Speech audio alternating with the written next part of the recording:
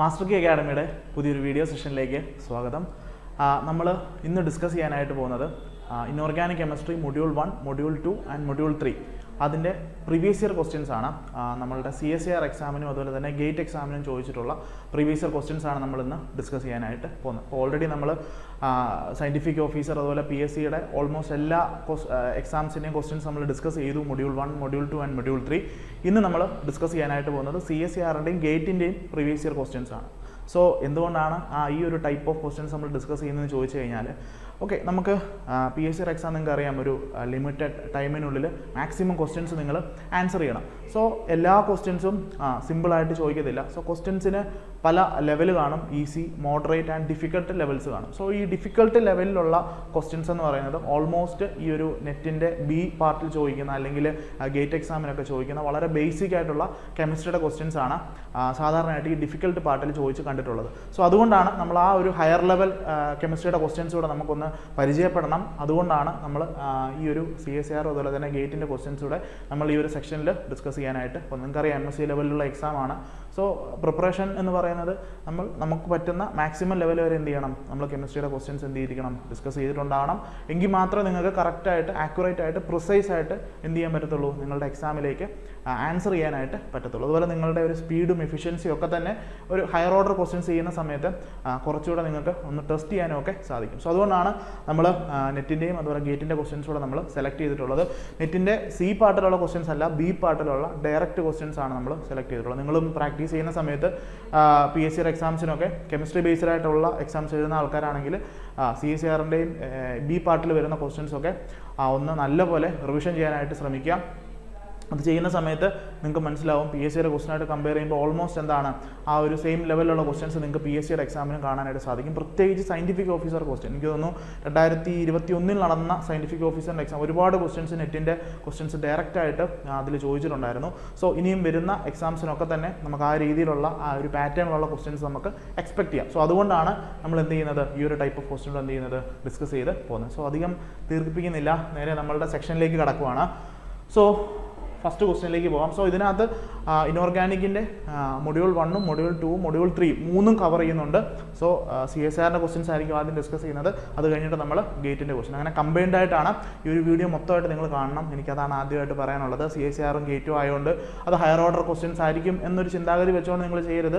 നിങ്ങൾക്ക് കുറേ ക്വസ്റ്റ്യൻസ് ചെയ്യുന്ന സമയത്ത് നിങ്ങൾക്ക് മനസ്സിലാവും, ഓക്കെ, ഒരു കൺസെപ്റ്റ് അപ്ലൈ ചെയ്ത് കഴിഞ്ഞാൽ നിങ്ങൾക്കും പറ്റുന്ന ടൈപ്പ് ഓഫ് ക്വസ്റ്റ്യൻസ് ആണെന്നുള്ളത് നിങ്ങൾക്ക് മനസ്സിലാവും. സോ അതുകൊണ്ട് നെറ്റിൻ്റെ ക്വസ്റ്റ്യൻ ആണ്, അതുകൊണ്ട് എനിക്ക് വേണ്ട എന്നൊന്നും ചിന്തിക്കുക. നിങ്ങൾക്കിത് ബോണസ് മാർക്ക് തരുന്ന ഡയറക്റ്റ് ക്വസ്റ്റ്യൻസ് കിട്ടാൻ സാധ്യതയുള്ള ഒരു സീരീസ് ആണ്. സോ കംപ്ലീറ്റ് ആയിട്ട് കണ്ട് മനസ്സിലാക്കുക. ഓക്കെ, സോ ഫസ്റ്റ് ക്വസ്റ്റ്യനിലേക്ക് പോകാം.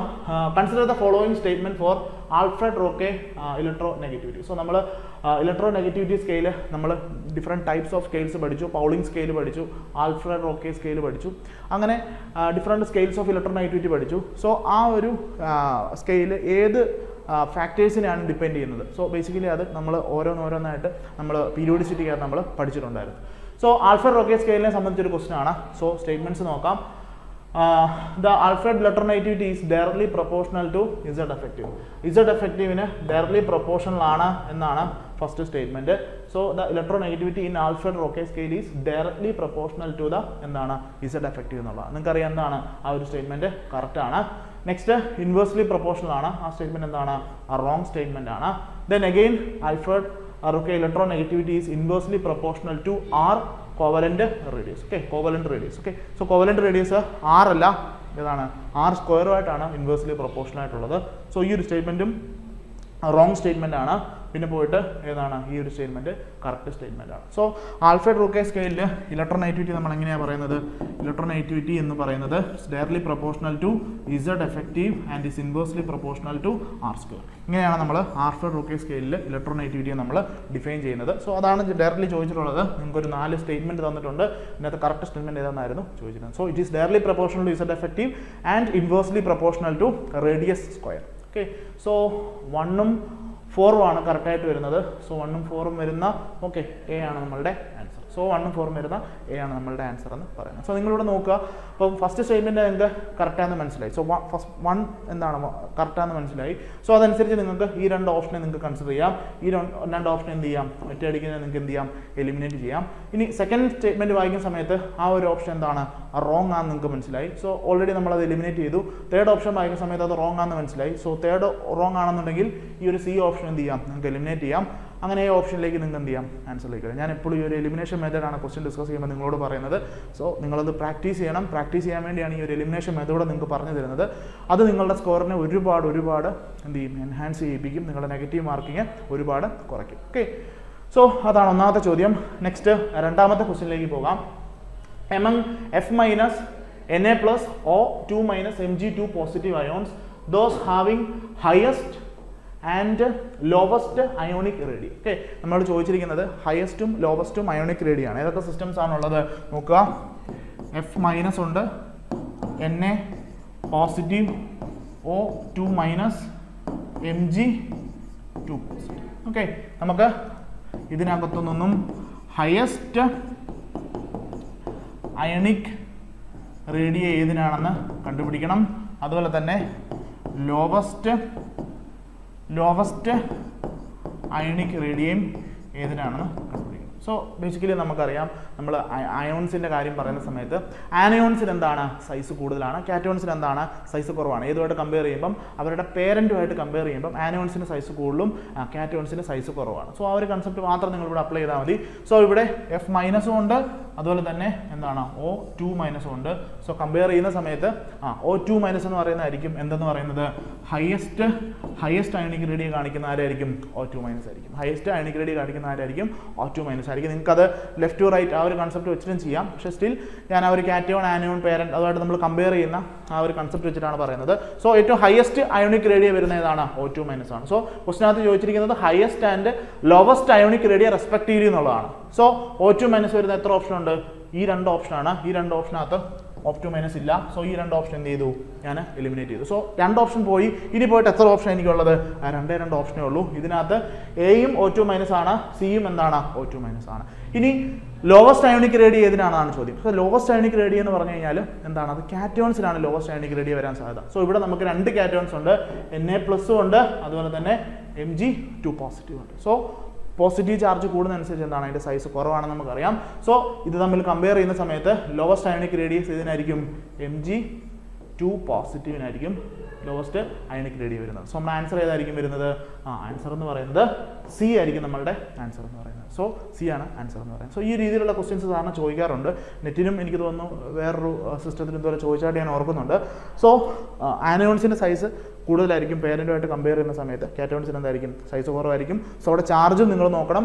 ആനയോൺസിൻ്റെ ചാർജ് കൂടുന്നതനുസരിച്ച് അവരുടെ സൈസ് കൂടും, കാറ്റയോൺസ് ആണെങ്കിൽ ചാർജ് കൂടുന്നതനുസരിച്ച് സൈസ് കുറയുവാണ് ചെയ്യുന്നത്. സോ അതാണ് നമ്മളുടെ കൺസെപ്റ്റ് എന്ന് പറയുന്നത്. ഓക്കെ, നെക്സ്റ്റ് മൂന്നാമത്തെ ക്വസ്റ്റ്യൻ. സോ ഈ ഒരു ക്വസ്റ്റിനെ കുറിച്ചാണ് ഞാൻ പറഞ്ഞത്. എനിക്ക് തോന്നുന്നു 2014 ചോദിച്ചിരുന്ന ഒരു ക്വസ്റ്റ്യൻ ആണ്. ഇതിന് മുന്നത്തെ ക്വസ്റ്റ്യൻ എനിക്ക് തോന്നുന്നു ഡിസംബർ 14 ചോദിച്ചിരുന്ന ക്വസ്റ്റ്യൻ ആണ്. സോ ഇത് എനിക്ക് തോന്നുന്നു ജൂൺ 14 ചോദിച്ചിരുന്നതാണ്. Okay, so which of the following is the correct order of size ആണ് ചോദിച്ചിട്ടുള്ളത്.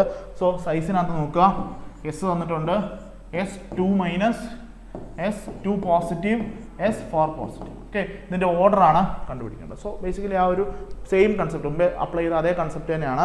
എന്താ വരുന്നത്, ഏറ്റവും കൂടുതൽ സൈസ് ആർക്കായിരിക്കും, S2 മൈനസിനായിരിക്കും. അത് കഴിഞ്ഞിട്ട് ആർക്കായിരിക്കും, പേരൻറ്റിനായിരിക്കും. ദെൻ S2 പോസിറ്റീവ് ആയിരിക്കും. Then S4 positive. ഓക്കെ, അപ്പോൾ പോസിറ്റീവ് ചാർജ് കൂടുന്നതനുസരിച്ച് നമ്മുടെ സൈസ് കുറയുവാണ് ചെയ്യുന്നത്, നെഗറ്റീവ് ചാർജ് കൂടുന്നതനുസരിച്ച് നമ്മുടെ സൈസ് കൂടുകയാണ് ചെയ്യുന്നത്. ആ ഒരു കൺസെപ്റ്റ് നിങ്ങൾ അപ്ലൈ ചെയ്താൽ മതിയാവും. സോ ഇങ്ങനത്തെ ഒരു ഓപ്ഷൻ ആയിരിക്കും കാണാം. സോ S2 മൈനസിനാണ് ഏറ്റവും കൂടുതൽ വരുന്നതെന്ന് എനിക്കറിയാം, അത് മാത്രമേ എനിക്ക് അറിയത്തുള്ളൂ എന്ന് വിചാരിക്കുക. അങ്ങനെ നോക്കുന്ന സമയത്ത് ഈ ഓപ്ഷൻ എലിമിനേറ്റ് ആയി, ഈ ഓപ്ഷൻ എലിമിനേറ്റ് ആയി, ഈ ഓപ്ഷൻ എലിമിനേറ്റ് ആയി, പിന്നെ പോയിട്ട് എത്ര, ഒരേ ഒരു ഓപ്ഷനേ ഉള്ളൂ. അതിൻ്റെ ആൻസർ എന്താ, സി ആണ് അതിൻ്റെ ആൻസർ. നോക്കുക, ഏറ്റവും കൂടുതൽ ഏതാണെന്ന് മാത്രം എനിക്ക് അറിയത്തുള്ളെങ്കിൽ പോലും ഞാൻ എന്ത് ചെയ്തു, എലിമിനേഷൻ മെത്തേഡിലൂടെ ഞാൻ ഈ ആൻസറിലേക്ക് എത്തി. സോ ആ ഒരു മെത്തേഡ് നിങ്ങൾ ഉപയോഗിക്കാനായിട്ട് ശ്രമിക്കുക. നിങ്ങൾ എൻ്റെ ക്വസ്റ്റ്യൻ ഡിസ്കഷനകത്ത് കൂടുതലും കേൾക്കുന്ന ഒരു ടൈം ആയിരിക്കും എലിമിനേഷൻ മെത്തേഡ് എന്നുള്ളത്.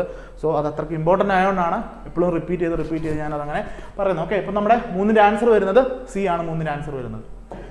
ഇനി next, the size of d orbitals in silicon, phosphorus, sulphur and chlorine follow the order. Okay, so നമ്മുടെ സിലിക്കൺ എവിടെ വരുന്നത്, സിലിക്കൺ ഇവിടെ, അത് കഴിഞ്ഞിട്ട് phosphorus, then sulphur, then chlorine. നമുക്കറിയാം സൈസ് എന്ന് പറയുന്നത് ലെഫ്റ്റ് ടു റൈറ്റ് പോകുന്ന സമയത്ത് എന്ത് ചെയ്യുവാണ്, ഡിക്രീസസ് ആണ്. സോ സൈസ് കുറഞ്ഞു വരുവാണ് ചെയ്യുന്നത്. നമുക്കിവിടെ ഡി ഓർബിറ്റലിൻ്റെ സൈസാണ് ചോദിച്ചിട്ടുള്ളത്. നമുക്കറിയാം ഏറ്റവും കൂടുതൽ സൈസ് ഏതിനായിരിക്കും, നമ്മുടെ സിലിക്കൺ തന്നെ ആയിരിക്കും. Then phosphorus, then sulphur, then chlorine. ഈ ഒരു ഓർഡർ ആയിരിക്കും ഫോളോ ചെയ്യുന്നത്. സോ ഏറ്റവും കൂടുതൽ സിലിക്കൺ വരുന്ന ഒറ്റ ഓപ്ഷനേ ഉള്ളൂ, ഏതാണ്, ഡി ആണ് നമ്മളുടെ ആൻസർ. നാലാമത്തെ ക്വസ്റ്റ്യൻ ആൻസർ എന്താണ്, ഡി ആണ് നമ്മളുടെ ആൻസർ എന്ന് പറയുന്നത്. ഓക്കെ, ഒരുപാടൊന്നും പറയാനില്ല, അതുകൊണ്ടാണ് ഞാൻ ഓടിച്ച് പറഞ്ഞു പോകുന്നത് കേട്ടോ.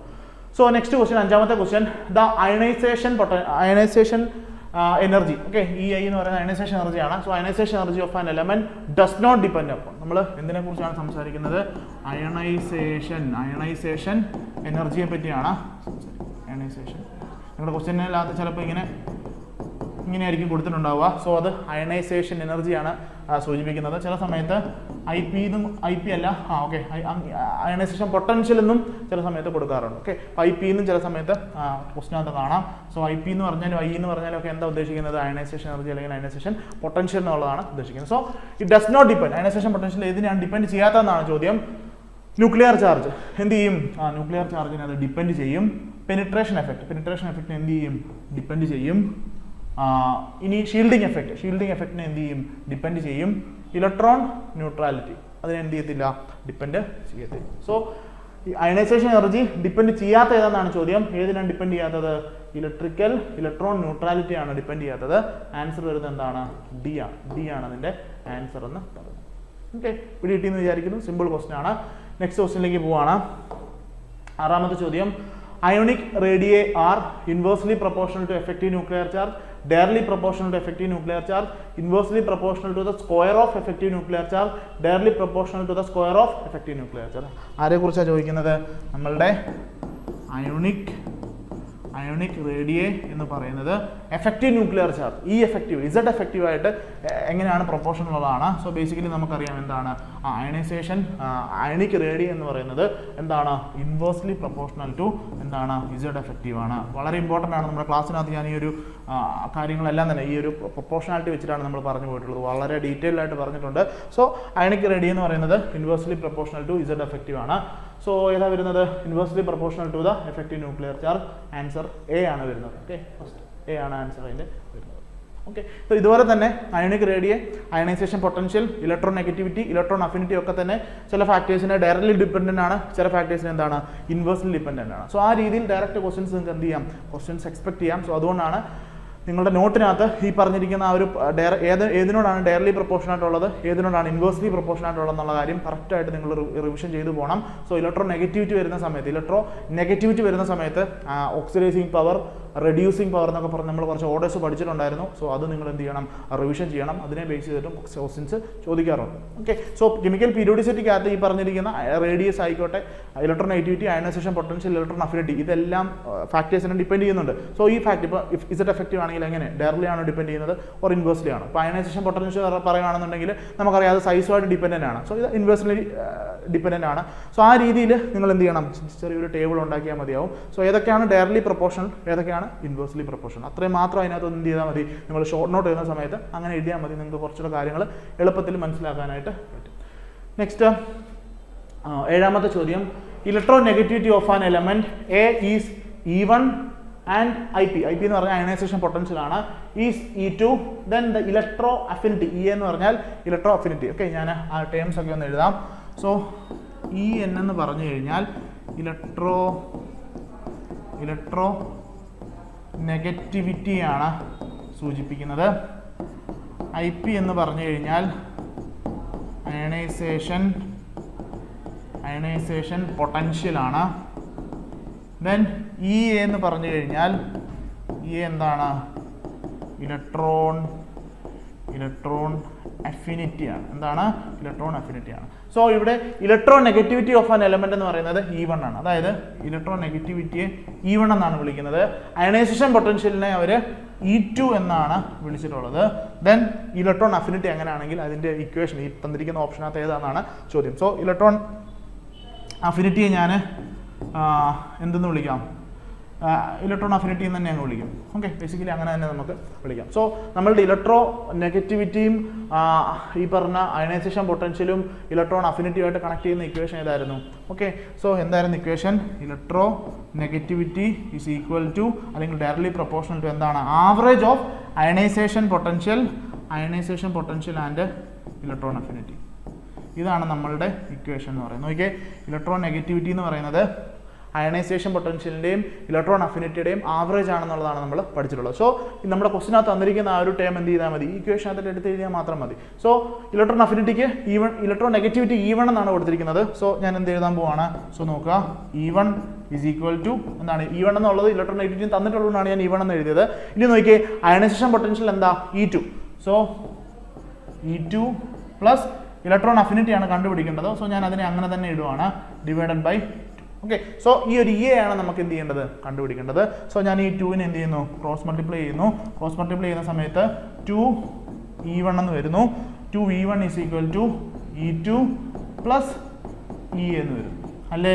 അപ്പോൾ ഇലക്ട്രോൺ അഫിനിറ്റി എങ്ങനെ എഴുതാം? നോക്കിയേ, 2E1, ഈ E2നെ ഞാൻ ഇങ്ങ് കൊണ്ടുവരുവാണ്. 2E1 minus E2 is equal to എന്തെന്ന് എഴുതാം? ഇലക്ട്രോൺ അഫിനിറ്റി എന്ന് എഴുതാം. അതായത് ഇലക്ട്രോൺ അഫിനിറ്റി എന്താണ്? ഇലക്ട്രോൺ നെഗറ്റിവിറ്റിയും അതുപോലെ അയണൈസേഷൻ പൊട്ടൻഷ്യലായിട്ട് എങ്ങനെ റിലേറ്റഡ് ആണെന്നാണ് ചോദിച്ചിരിക്കുന്നത്. അതിന് പകരം E1ഉം E2ഉം പേര് മാറ്റി കൊടുത്തു എന്നുള്ളത് മാത്രമേ ഉള്ളൂ. So 2E1 minus E2 is equal to എന്താണ്? ഇലക്ട്രോൺ അഫിനിറ്റി ആണ്. ജസ്റ്റ് ആ ഇക്വേഷൻ എന്ത് ചെയ്തു? ഈ ഇക്വേഷൻ ഒന്ന് റീഅറേഞ്ച് ചെയ്തു. അതിനകത്ത് ഇലക്ട്രോൺ നെഗറ്റിവിറ്റിക്കും അയണൈസേഷൻ പൊട്ടൻഷ്യൽ എന്ത് ചെയ്തു? E1ഉം E2 ഒന്നും കൊടുത്തു. അത്രയും വ്യത്യാസമേ ഉള്ളൂ. So 2E1 minus E2 is equal to electron negativity. So electron negativity will be എന്തായിരിക്കും? 2E1 minus E2. ഏതാണ് ആൻസർ? എ ആയിരിക്കും അതിൻ്റെ ആൻസർ വരുന്നത്. എ ആയിരിക്കും അതിൻ്റെ ആൻസർ. സോ നമ്മളെ കൺഫ്യൂസ് ചെയ്യിപ്പിക്കാനായിട്ട് പല ഓപ്ഷൻസ് ഇവിടെ കൊടുത്തിട്ടുണ്ടാവും. സോ ഇതാണ് 2E1 മൈനസ് E2 എന്നുള്ളതാണ് നമ്മുടെ ആൻസർ വരുന്നത്. സോ നിങ്ങൾക്ക് ഈ ഒരു ഇക്വേഷൻ അറിയാം. ഇതിലേക്ക് എന്ത് ചെയ്താൽ മതി? കറക്റ്റായിട്ട് നിങ്ങൾ ആ ഒരു ഇലക്ട്രോൺ നെഗറ്റിവിറ്റി E1 എന്നാണ് ക്വസ്റ്റിനെ തന്നിരിക്കുന്നതെങ്കിൽ അവിടെ E1 ഇട്ട് കൊടുക്കുക. അയണൈസേഷൻ പൊട്ടൻഷ്യൽ E2 ആണെന്നുണ്ടെങ്കിൽ അവിടെ E2 ഇട്ട് കൊടുക്കുക. ഈ ഇക്വേഷൻ എന്ത് ചെയ്യുന്നു? റീഅറേഞ്ച് ചെയ്യുന്നു. റീഅറേഞ്ച് ചെയ്യുമ്പോൾ നമുക്ക് ആൻസർ കിട്ടുന്നു. ഇത്രയേ ഉള്ളൂ. ബേസിക്കായിട്ട് ചെറിയൊരു റീഅറേഞ്ച്മെൻറ്റ് മാത്രമേ ഇതിനകത്ത് നടന്നിട്ടുള്ളൂ. ഓക്കെ, അതാണ് ഏഴാമത്തെ ചോദ്യം. ആൻസർ വരുന്നത് എ. നെക്സ്റ്റ് എട്ടാമത്തെ ചോദ്യം, which of the following does not reflect the periodicity of an element? എന്താണ് does not reflect the periodicity? പീരിയോഡിസിറ്റിയെ ബാധിക്കാത്ത ഏതാണെന്നാ ചോദ്യം. ബോണ്ടിങ് ബിഹേവിയർ എന്ത് ചെയ്യും? ബാധിക്കും. ഇലക്ട്രോൺ നെഗറ്റിവിറ്റി എന്ത് ചെയ്യും? ബാധിക്കും. അയണൈസേഷൻ പൊട്ടൻഷ്യൽ ഉറപ്പായിട്ടും ബാധിക്കും. അപ്പം ബാധിക്കാത്ത ഏതായിരിക്കും? ബാധിക്കാത്തത് ന്യൂട്രോൺ പ്രോട്ടോൺ റേഷ്യോ ആണ് എന്ത് ചെയ്യാത്തത്? ബാധിക്കാത്തത്. സോ ആൻസർ വരുന്നത് ഡി. ആൻസർ വരുന്നത് എന്തായിരിക്കും? ഡി ആയിരിക്കും ആൻസർ വരുന്നത്. ഓക്കെ, സോ ആൻസർ വരുന്നത് ഡി ആയിരിക്കും. ഒമ്പതാമത്തെ ചോദ്യം, the electron affinity of the members of oxygen of the periodic table follows the sequence. Okay, അപ്പോൾ നമുക്ക് ഇലക്ട്രോൺ അഫിനിറ്റിയുടെ കേസിൽ നമ്മൾ ഇലക്ട്രോൺ നെഗറ്റിവിറ്റി പഠിക്കുമ്പം അതുപോലെയല്ല, ഇലക്ട്രോൺ അഫിനിറ്റിക്ക് അത് ചെറിയൊരു ഡീവിയേഷൻ ഉണ്ടെന്ന് നമ്മൾ പറയാറുണ്ട്. സോ എപ്പോഴും നമ്മൾ പറയുന്ന ഒരു എക്സാമ്പിൾ, ക്ലോറിനും ഫ്ലൂറിനും നമ്മൾ കമ്പയർ ചെയ്യുമ്പം ഇലക്ട്രോൺ അഫിനിറ്റി എന്ന് പറയുന്നത് ആർക്കാണ് കൂടുതൽ? ഇലക്ട്രോൺ അഫിനിറ്റി എന്ന് പറയുന്നത് ക്ലോറിനാണ് കൂടുതൽ എന്ന് നമ്മൾ പറയാറുണ്ട്. സോ അത് ഫ്ലൂറിൻ്റെ ആ ഒരു സൈസ് വളരെ കുറവാണ്. സോ അതുകൊണ്ട് ആണ് ആ ഒരു രീതിയിൽ നമ്മൾ അതിനൊരു എക്സ്പ്ലനേഷൻ കൊടുക്കുന്നത്. ഇതുപോലെ തന്നെയാണ് ഓക്സിജൻ്റെ കേസിലും വരുന്നത്. സോ ഓക്സിജനും സൾഫറുമായിട്ട് കമ്പയർ ചെയ്യുമ്പം ആർക്കാണ് ഇലക്ട്രോൺ അഫിനിറ്റി? സൾഫറിനാണ് ആരെക്കാളും കൂടുതൽ? ഓക്സിജനേക്കാളും ഇലക്ട്രോൺ അഫിനിറ്റി കൂടുതൽ. അങ്ങനെ വരുന്ന എത്ര ഓപ്ഷൻ ഉണ്ടെന്ന് നോക്കുക. സോ ഈ ഓപ്ഷൻ അല്ല, then sulphur greater than oxygen, less than sulphur, selenium അല്ല, സെലിനിയത്തിനാണ് ഏറ്റവും കൂടുതൽ, ഇതുമല്ല. പിന്നെ പോയിട്ട് ഏത് ഓപ്ഷനാണ് വരുന്നത്? സി ആണ് വരുന്നത്. സോ ബേസിക്കലി ഇതിൻ്റെ ഓർഡർ വരുന്നത് oxygen, less than sulphur, then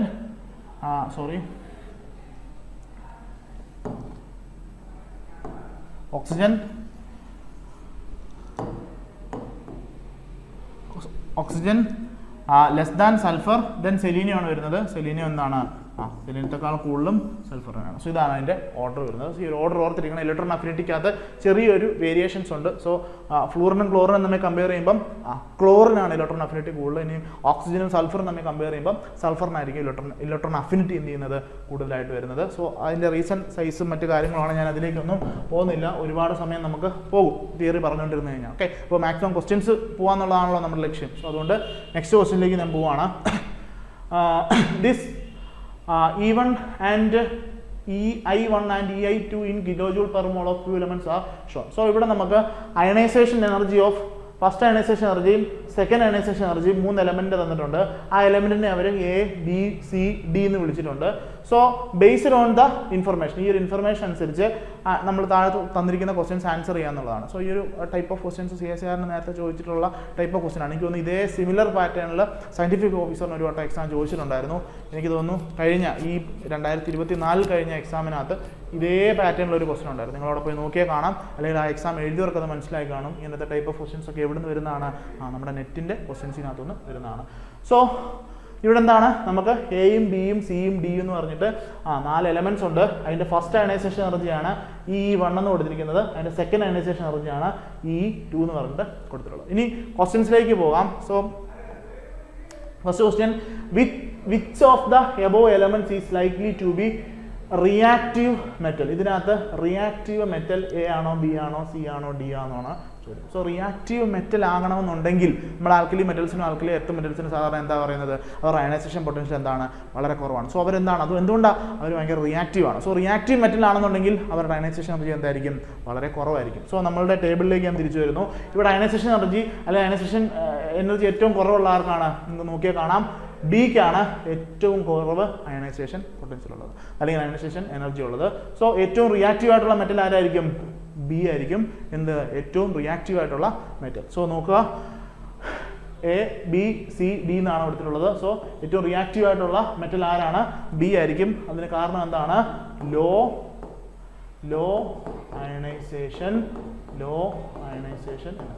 energy ഏറ്റവും കുറവുള്ളത് ആർക്കാണ്, ബിക്കാണ്. സോ അതായിരിക്കും മോസ്റ്റ് റിയാക്റ്റീവ് എന്ന് പറയുന്നത്. ഇനി നോക്കിയേ, which of the above elements are likely to be reactive non metal എന്നുള്ളതാണ് പറഞ്ഞിട്ടുള്ളത്. So basically reactive non metal ആണെങ്കിലും മെറ്റലുമായിട്ട് കമ്പയർ ചെയ്യുമ്പോൾ എന്താണ്, നോൺ മെറ്റൽ അയണൈസേഷൻ എനർജി എന്ന് പറയുന്നത് കൂടുതലായിരിക്കും. പക്ഷേ എന്താണ്, മെറ്റലുമായിട്ട് കമ്പയർ ചെയ്യുമ്പോൾ അതിൽ കൂടുതലായിരിക്കും എന്നുള്ളതാണ് കൺസെപ്റ്റ്. സോ അങ്ങനെ നോക്കുന്ന സമയത്ത് നോക്കുക, 2372, 900, ദെൻ 1680, അങ്ങനെ 3 വാല്യൂസ് ആണ് വരുന്നത്. സോ ബേസിക്കലി ഇതിനകത്ത് ഏറ്റവും കുറവ് വാല്യൂ വരുന്നത് ഏതിനാണ്, ഈ ഒരു വാല്യൂ ആണ്. സോ ഇതിനകത്ത് ഏറ്റവും റിയാക്റ്റീവായിട്ടുള്ള എന്തെന്ന് പറയുന്നത് എന്താ, റിയാക്റ്റീവ് നോൺ മെറ്റൽ എന്ന് പറയുന്നത് ഏതായിരിക്കും, റിയാക്റ്റീവ് നോൺ മെറ്റൽ എന്ന് പറയുന്നത് സി ആയിരിക്കും. നമ്മളുടെ റിയാക്റ്റീവ് നോൺ മെറ്റൽ എന്ന് പറയുന്നത് ആയിരിക്കത്തില്ലേ. നോക്കിയേ, എന്തായിരുന്നു question, which of the following elements is likely to be reactive non metal. Okay, ഞാൻ മെറ്റലിൻ്റെ കാര്യം എന്താ പറഞ്ഞത്, മെറ്റലിന് പൊതുവെ ഇപ്പോൾ ആൽക്കലി മെറ്റൽസ് എടുത്താലും ആൽക്കലി എർത്ത് മെറ്റൽസ് എടുത്താലും എന്താണ്, അവരുടെ അയണൈസേഷൻ എനർജി എന്താണ്, കുറവാണ്. സാറിന് ഒരെണ്ണത്തിന് ഒരു ആൽക്കലി മെറ്റൽസിൻ്റെ കേസിൽ 1 ഇലക്ട്രോൺ റിമൂവ് ചെയ്താൽ മതി, മറ്റേ 2 ഇലക്ട്രോൺ വരെ റിമൂവ് ചെയ്യുന്നിടത്ത് എന്താണ്, അതിന് അയണൈസേഷൻ എനർജി വളരെ കുറവായിരിക്കും. സോ അതുമായിട്ട് കമ്പയർ ചെയ്യുമ്പോൾ നമുക്കറിയാം ബിക്കാണ് ഏറ്റവും കുറവ് വാല്യൂ വരുന്നത് ബിക്കാണ്. സോ അതുകൊണ്ട് നമ്മൾ എന്ത് പറഞ്ഞു, ഏറ്റവും റിയാക്റ്റീവായിട്ടുള്ള ആരാന്ന് പറഞ്ഞു. സോ ഏറ്റവും റിയാക്റ്റീവായിട്ടുള്ള ആള് ബി ആണ്. സോ ബി എന്ന് പറയുന്നതാണ് എന്തെന്ന് പറയുന്നത്, റിയാക്റ്റീവ് മെറ്റൽ എന്ന് പറയുന്നത് നമ്മൾ പറഞ്ഞു. ഇനി ഇത് കഴിഞ്ഞിട്ട് നമ്മളോട് ചോദിച്ചിരിക്കുന്നത് റിയാക്റ്റീവ് നോൺ മെറ്റൽ ഏതാണെന്നാണ്. ഓക്കെ, അപ്പോൾ നമ്മൾ മെറ്റലായിട്ട് കമ്പയർ ചെയ്യുമ്പം നോൺ മെറ്റൽസിൻ്റെ അയണൈസേഷൻ എനർജി കൂടുതലായിരിക്കും. സോ ഇവിടെ നോക്കുക, 520, ദെൻ 900, ദെൻ 1680 ആൻഡ് 2370. ഇത് ഭയങ്കര കൂടുതലാണ്. സോ ബേസിക്കലി ഇത് ഒരിക്കലും വരാനുള്ള സാധ്യതയില്ല. പിന്നെ പോയിട്ട് ഇവിടെ 3 വാല്യൂസ് നോക്കുക. സോ ഇത് ഓൾമോസ്റ്റ് കമ്പയറബിൾ ആണ്. ഓക്കെ, ഓൾമോസ്റ്റ് കമ്പയറബിൾ മാത്രമല്ല, സോ ഇവിടെ നിന്ന് 1 ഇലക്ട്രോൺ റിമൂവ് ആയി കഴിഞ്ഞ് പിന്നെ രണ്ടാമത്തെ അയണൈസേഷൻ എനർജി എന്ന് പറയുന്നത് വളരെ ഹൈ ആണ്. മീൻസ് അതിൻ്റെ അർത്ഥം എന്താണ്, ഇത് ഒരു ആൽക്കലി മെറ്റൽ പോലെയാണ്, അല്ലെങ്കിൽ ആ ഒരു ഗ്രൂപ്പിനെ പോലെയാണ് ബിഹേവ് ചെയ്യുന്നത്. ഇനി ഇവിടെ നോക്കിയേ, ഇത് കഴിഞ്ഞിട്ട് വലിയ വ്യത്യാസമില്ല, പക്ഷേ ഓൾമോസ്റ്റ് എന്താണ്, ഭയങ്കര ഹൈ വാല്യൂ അല്ല, എന്നാൽ ഒരു ലോ വാല്യൂ ആണ്. അതിൻ്റെ അർത്ഥം എന്താണ്, ഇവരെന്ന് പറയുന്നത് ആൽക്കലൈൻ എർത്ത് മെറ്റൽസിനെ പോലെയാണ് എന്ത് ചെയ്യുന്നത്, ആൽക്കലൈൻ എർത്ത് മെറ്റൽസിനെ പോലെയാണ് ബിഹേവ് ചെയ്യുന്നത്. ഓക്കെ, അപ്പോൾ ബാക്കി പിന്നെ പോയിട്ട് നോക്കിയേ, ഇതുമായിട്ട് കമ്പയർ ചെയ്യുമ്പോൾ ലോവസ്റ്റ് വാല്യൂ വരുന്നത് ആർക്കാണ്, നമ്മുടെ ഡിക്കാണ് വരുന്നത്. സോ ഡി എന്ന് പറയുന്നതാണ് എന്തെന്ന് പറയുന്നത്, നോൺ മെറ്റൽ എന്ന് പറയുന്നത് റിയാക്റ്റീവായിട്ടുള്ള നോൺ മെറ്റൽ എന്ന് പറയുന്നത് ആരായിരിക്കും, നമ്മളുടെ ഡി ആയിരിക്കും. റിയാക്റ്റീവായിട്ടുള്ള നോൺ മെറ്റൽ എന്ന് പറയുന്നത് ആരായിരിക്കും, ഈ വാല്യൂസ് നോക്കി നമ്മൾ എന്ത് ചെയ്യുവാണ്, ആ ഒരു അസംഷനിലേക്ക് എത്തുവാണ്. സോ റിയാക്റ്റീവായിട്ടുള്ള നോൺ മെറ്റൽ എന്ന് പറയുന്നത് ഡി ആയിരിക്കും. ഇനി which represents the noble gas. Noble ഗ്യാസിന്റെ പ്രത്യേകത എന്താ, അവർ ഇലക്ട്രോൺ എന്ത് ചെയ്യത്തില്ല, വിട്ടു കൊടുക്കത്തില്ല. ഏറ്റവും ഹയസ്റ്റ് അയണൈസേഷൻ എനർജി അവർക്കായിരിക്കും. സോ ഏറ്റവും കൂടുതൽ വരുന്ന ആർക്കാന്ന് നോക്കിയേ, ഏറ്റവും കൂടുതൽ വരുന്നത് എയ്ക്കാണ്. സോ ഏറ്റവും നോബിൾ ഗ്യാസ് പോലെ ബിഹേവ് ചെയ്യുന്നത് ആരായിരിക്കും? എ ആയിരിക്കും നോബിൾ ഗ്യാസ് പോലെ എന്ത് ചെയ്യുന്നത്? ബിഹേവ് ചെയ്യുന്നത്. ഇനി നെക്സ്റ്റ് ലാസ്റ്റ് ക്വസ്റ്റ്യൻ നോക്കുക. Which of the above elements form A stable binary halide of the formula MX2? MX2 ഫോമിൽ ബൈനറി ഹാലൈഡ് ഫോം ചെയ്യുന്ന ആരാണ് ചോദ്യം. സോ ബൈനറി ഹാലൈഡ് ഫോം ചെയ്യണമെന്നുണ്ടെങ്കിൽ അവിടുന്ന് 2 ഇലക്ട്രോൺസ് പോകണം. സോ 2 ഇലക്ട്രോൺസ് പോകണമെന്നുണ്ടെങ്കിൽ 2 അയണൈസേഷൻ എനർജി എന്തായിരിക്കണം? കമ്പയറബിൾ ആയിരിക്കണം, അല്ലെങ്കിൽ കമ്പയർ ചെയ്യുമ്പോൾ കുറവായിരിക്കണം. അങ്ങനെ വരുന്ന ആരാ അതിനകത്തുള്ളത്? നോക്കി, അങ്ങനെ വരുന്ന ആരാ ഉള്ളത്? സോ അങ്ങനെ വരുന്നത് സി ആണ്. കാരണം നോക്കാം, ഇതിൻ്റെ അയണൈസേഷൻ എനർജി എന്താണ്?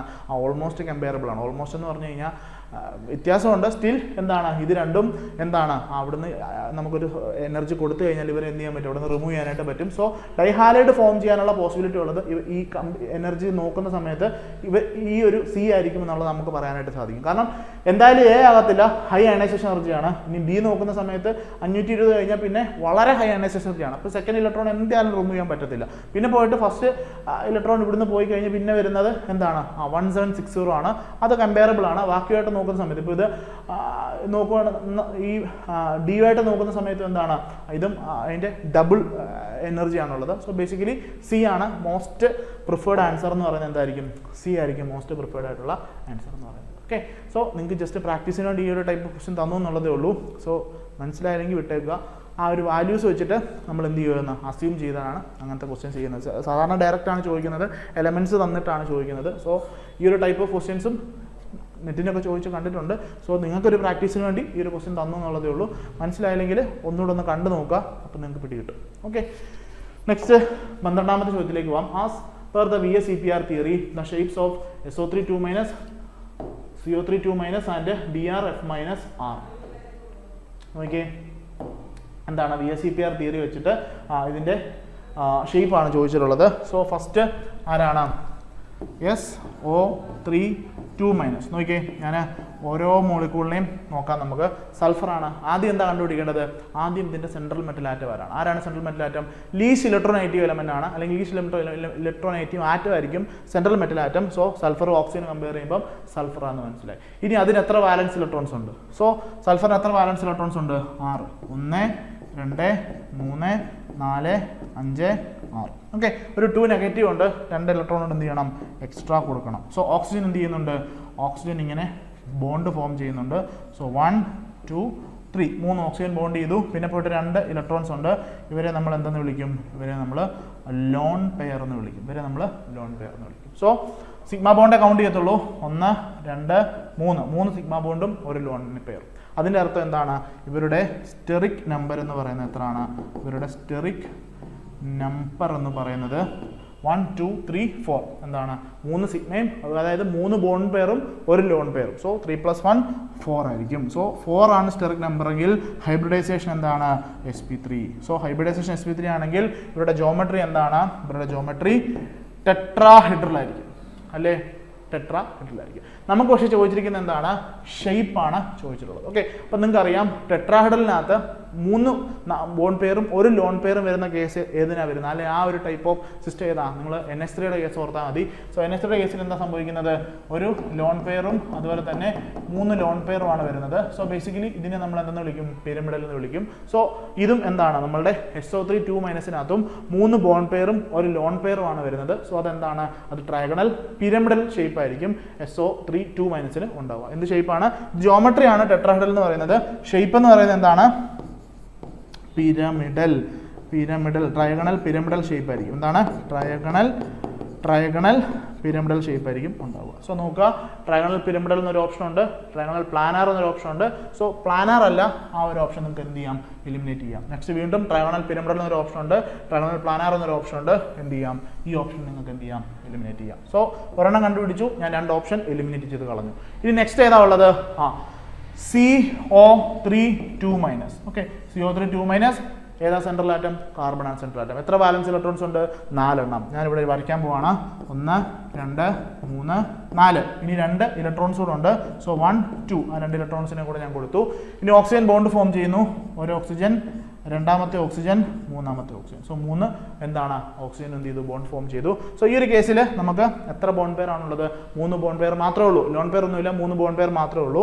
സോ ഈ ഒരു കേസിൽ നമ്മുടെ സ്റ്റെറിക് നമ്പർ എത്ര ആയിരിക്കും? ഈ ഒരു കേസിൽ നമ്മുടെ സ്റ്റെറിക് നമ്പർ എന്ന് പറയുന്നത് 3 ആയിരിക്കും. 3 ആണെങ്കിൽ sp2 ഹൈബ്രിഡൈസേഷൻ. sp2 ഹൈബ്രിഡൈസേഷൻ ആണെങ്കിൽ ജോമെട്രിയും അതിൻ്റെ ഷേപ്പും എന്തായിരിക്കും? ട്രയഗണൽ പ്ലാനർ ആയിരിക്കും. എന്തായിരിക്കും? ട്രയഗണൽ പ്ലാനർ ആയിരിക്കും. ഓക്കെ. സോ ഇതിനകത്ത് നിങ്ങൾ നോക്കുന്ന സമയത്ത് ട്രയഗണൽ പിരമിഡും രണ്ട് ഓപ്ഷൻസ് ആണുള്ളത്. രണ്ടാമത്തെ നിങ്ങൾ നോക്കുക, രണ്ടിടത്തും എന്താണ്? ട്രയഗണൽ പ്ലാനർ ആണ്. സോ ബേസിക്കലി നമ്മൾ സെക്കൻഡ് CO3യുടെ ശരിക്കും നോക്കേണ്ട കാര്യമില്ല, കാരണം രണ്ട് ഓപ്ഷനിലും ട്രയഗണൽ പ്ലാനർ എന്നാണ് കൊടുത്തിട്ടുള്ളത്. നമ്മൾ ലാസ്റ്റത്തെ മാത്രം നോക്കിയാൽ മതിയായിരുന്നു. ബട്ട് സ്റ്റിൽ നമ്മളത് നമുക്ക് മനസ്സിലാകാൻ വേണ്ടി ഞാൻ അതുകൂടെ പറഞ്ഞു എന്നുള്ളതേ ഉള്ളൂ. ഇനി ലാസ്റ്റ് ഞാൻ ആരെയാണ് നോക്കുന്നത്? ലാസ്റ്റ് BRF4 മൈനസ് അല്ലേ? ഓക്കെ, BRF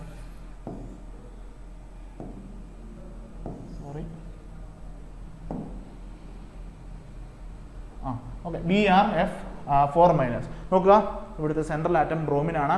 എത്ര ബാലൻസ് ഇലക്ട്രോൺസ് ഉണ്ട്? 7 എണ്ണം. ഒരു നെഗറ്റീവ് ചാർജ് ഉണ്ട്. മൊത്തം 8 എണ്ണം വരും. നോക്കിയേ, 1 2 3 4 5 6 7 8.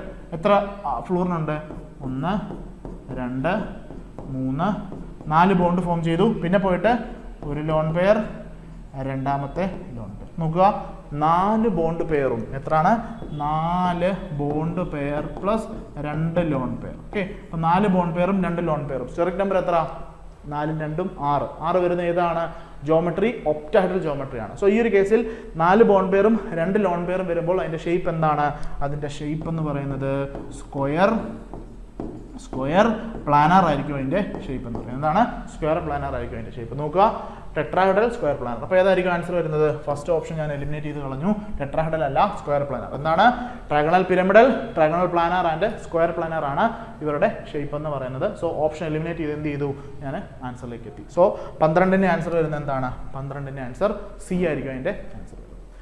നോക്കിയേ, സോ ബേസിക്കലി CPR തിയറി വെച്ചിട്ടുള്ള ക്വസ്റ്റ്യൻസ് വളരെ സിമ്പിൾ ആയിട്ടുള്ള ക്വസ്റ്റ്യൻസ് ആണ്. നിങ്ങൾ എന്ത് ചെയ്യുക? നിങ്ങൾ മാക്സിമം ഈ പറഞ്ഞ ഇപ്പം ഈ ഒരു മെത്തേഡാണ് നിങ്ങളെ ഞാൻ പഠിപ്പിച്ചിട്ടുള്ളത്. നിങ്ങൾക്ക് അല്ലാതെ ഇക്വേഷൻ ഹൈബ്രിഡൈസേഷൻ കണ്ടുപിടിക്കാൻ ഡയറക്റ്റ് ഇക്വേഷൻ ഉണ്ട്. ആ മെത്തേഡ് നിങ്ങൾക്ക് വേണമെങ്കിൽ ഉപയോഗിക്കാം. സോ ആൻസർ തെറ്റിക്കാതിരിക്കുക എന്നുള്ളതാണ് ഏത് മെത്തേഡ് ഉപയോഗിച്ചാലും. ഓക്കെ, ഇനി 13ാമത്തെ question, the energies of interaction for ഇതൊരു ശല്യമാണല്ലോ, താഴെ കൊണ്ടുപോകാം.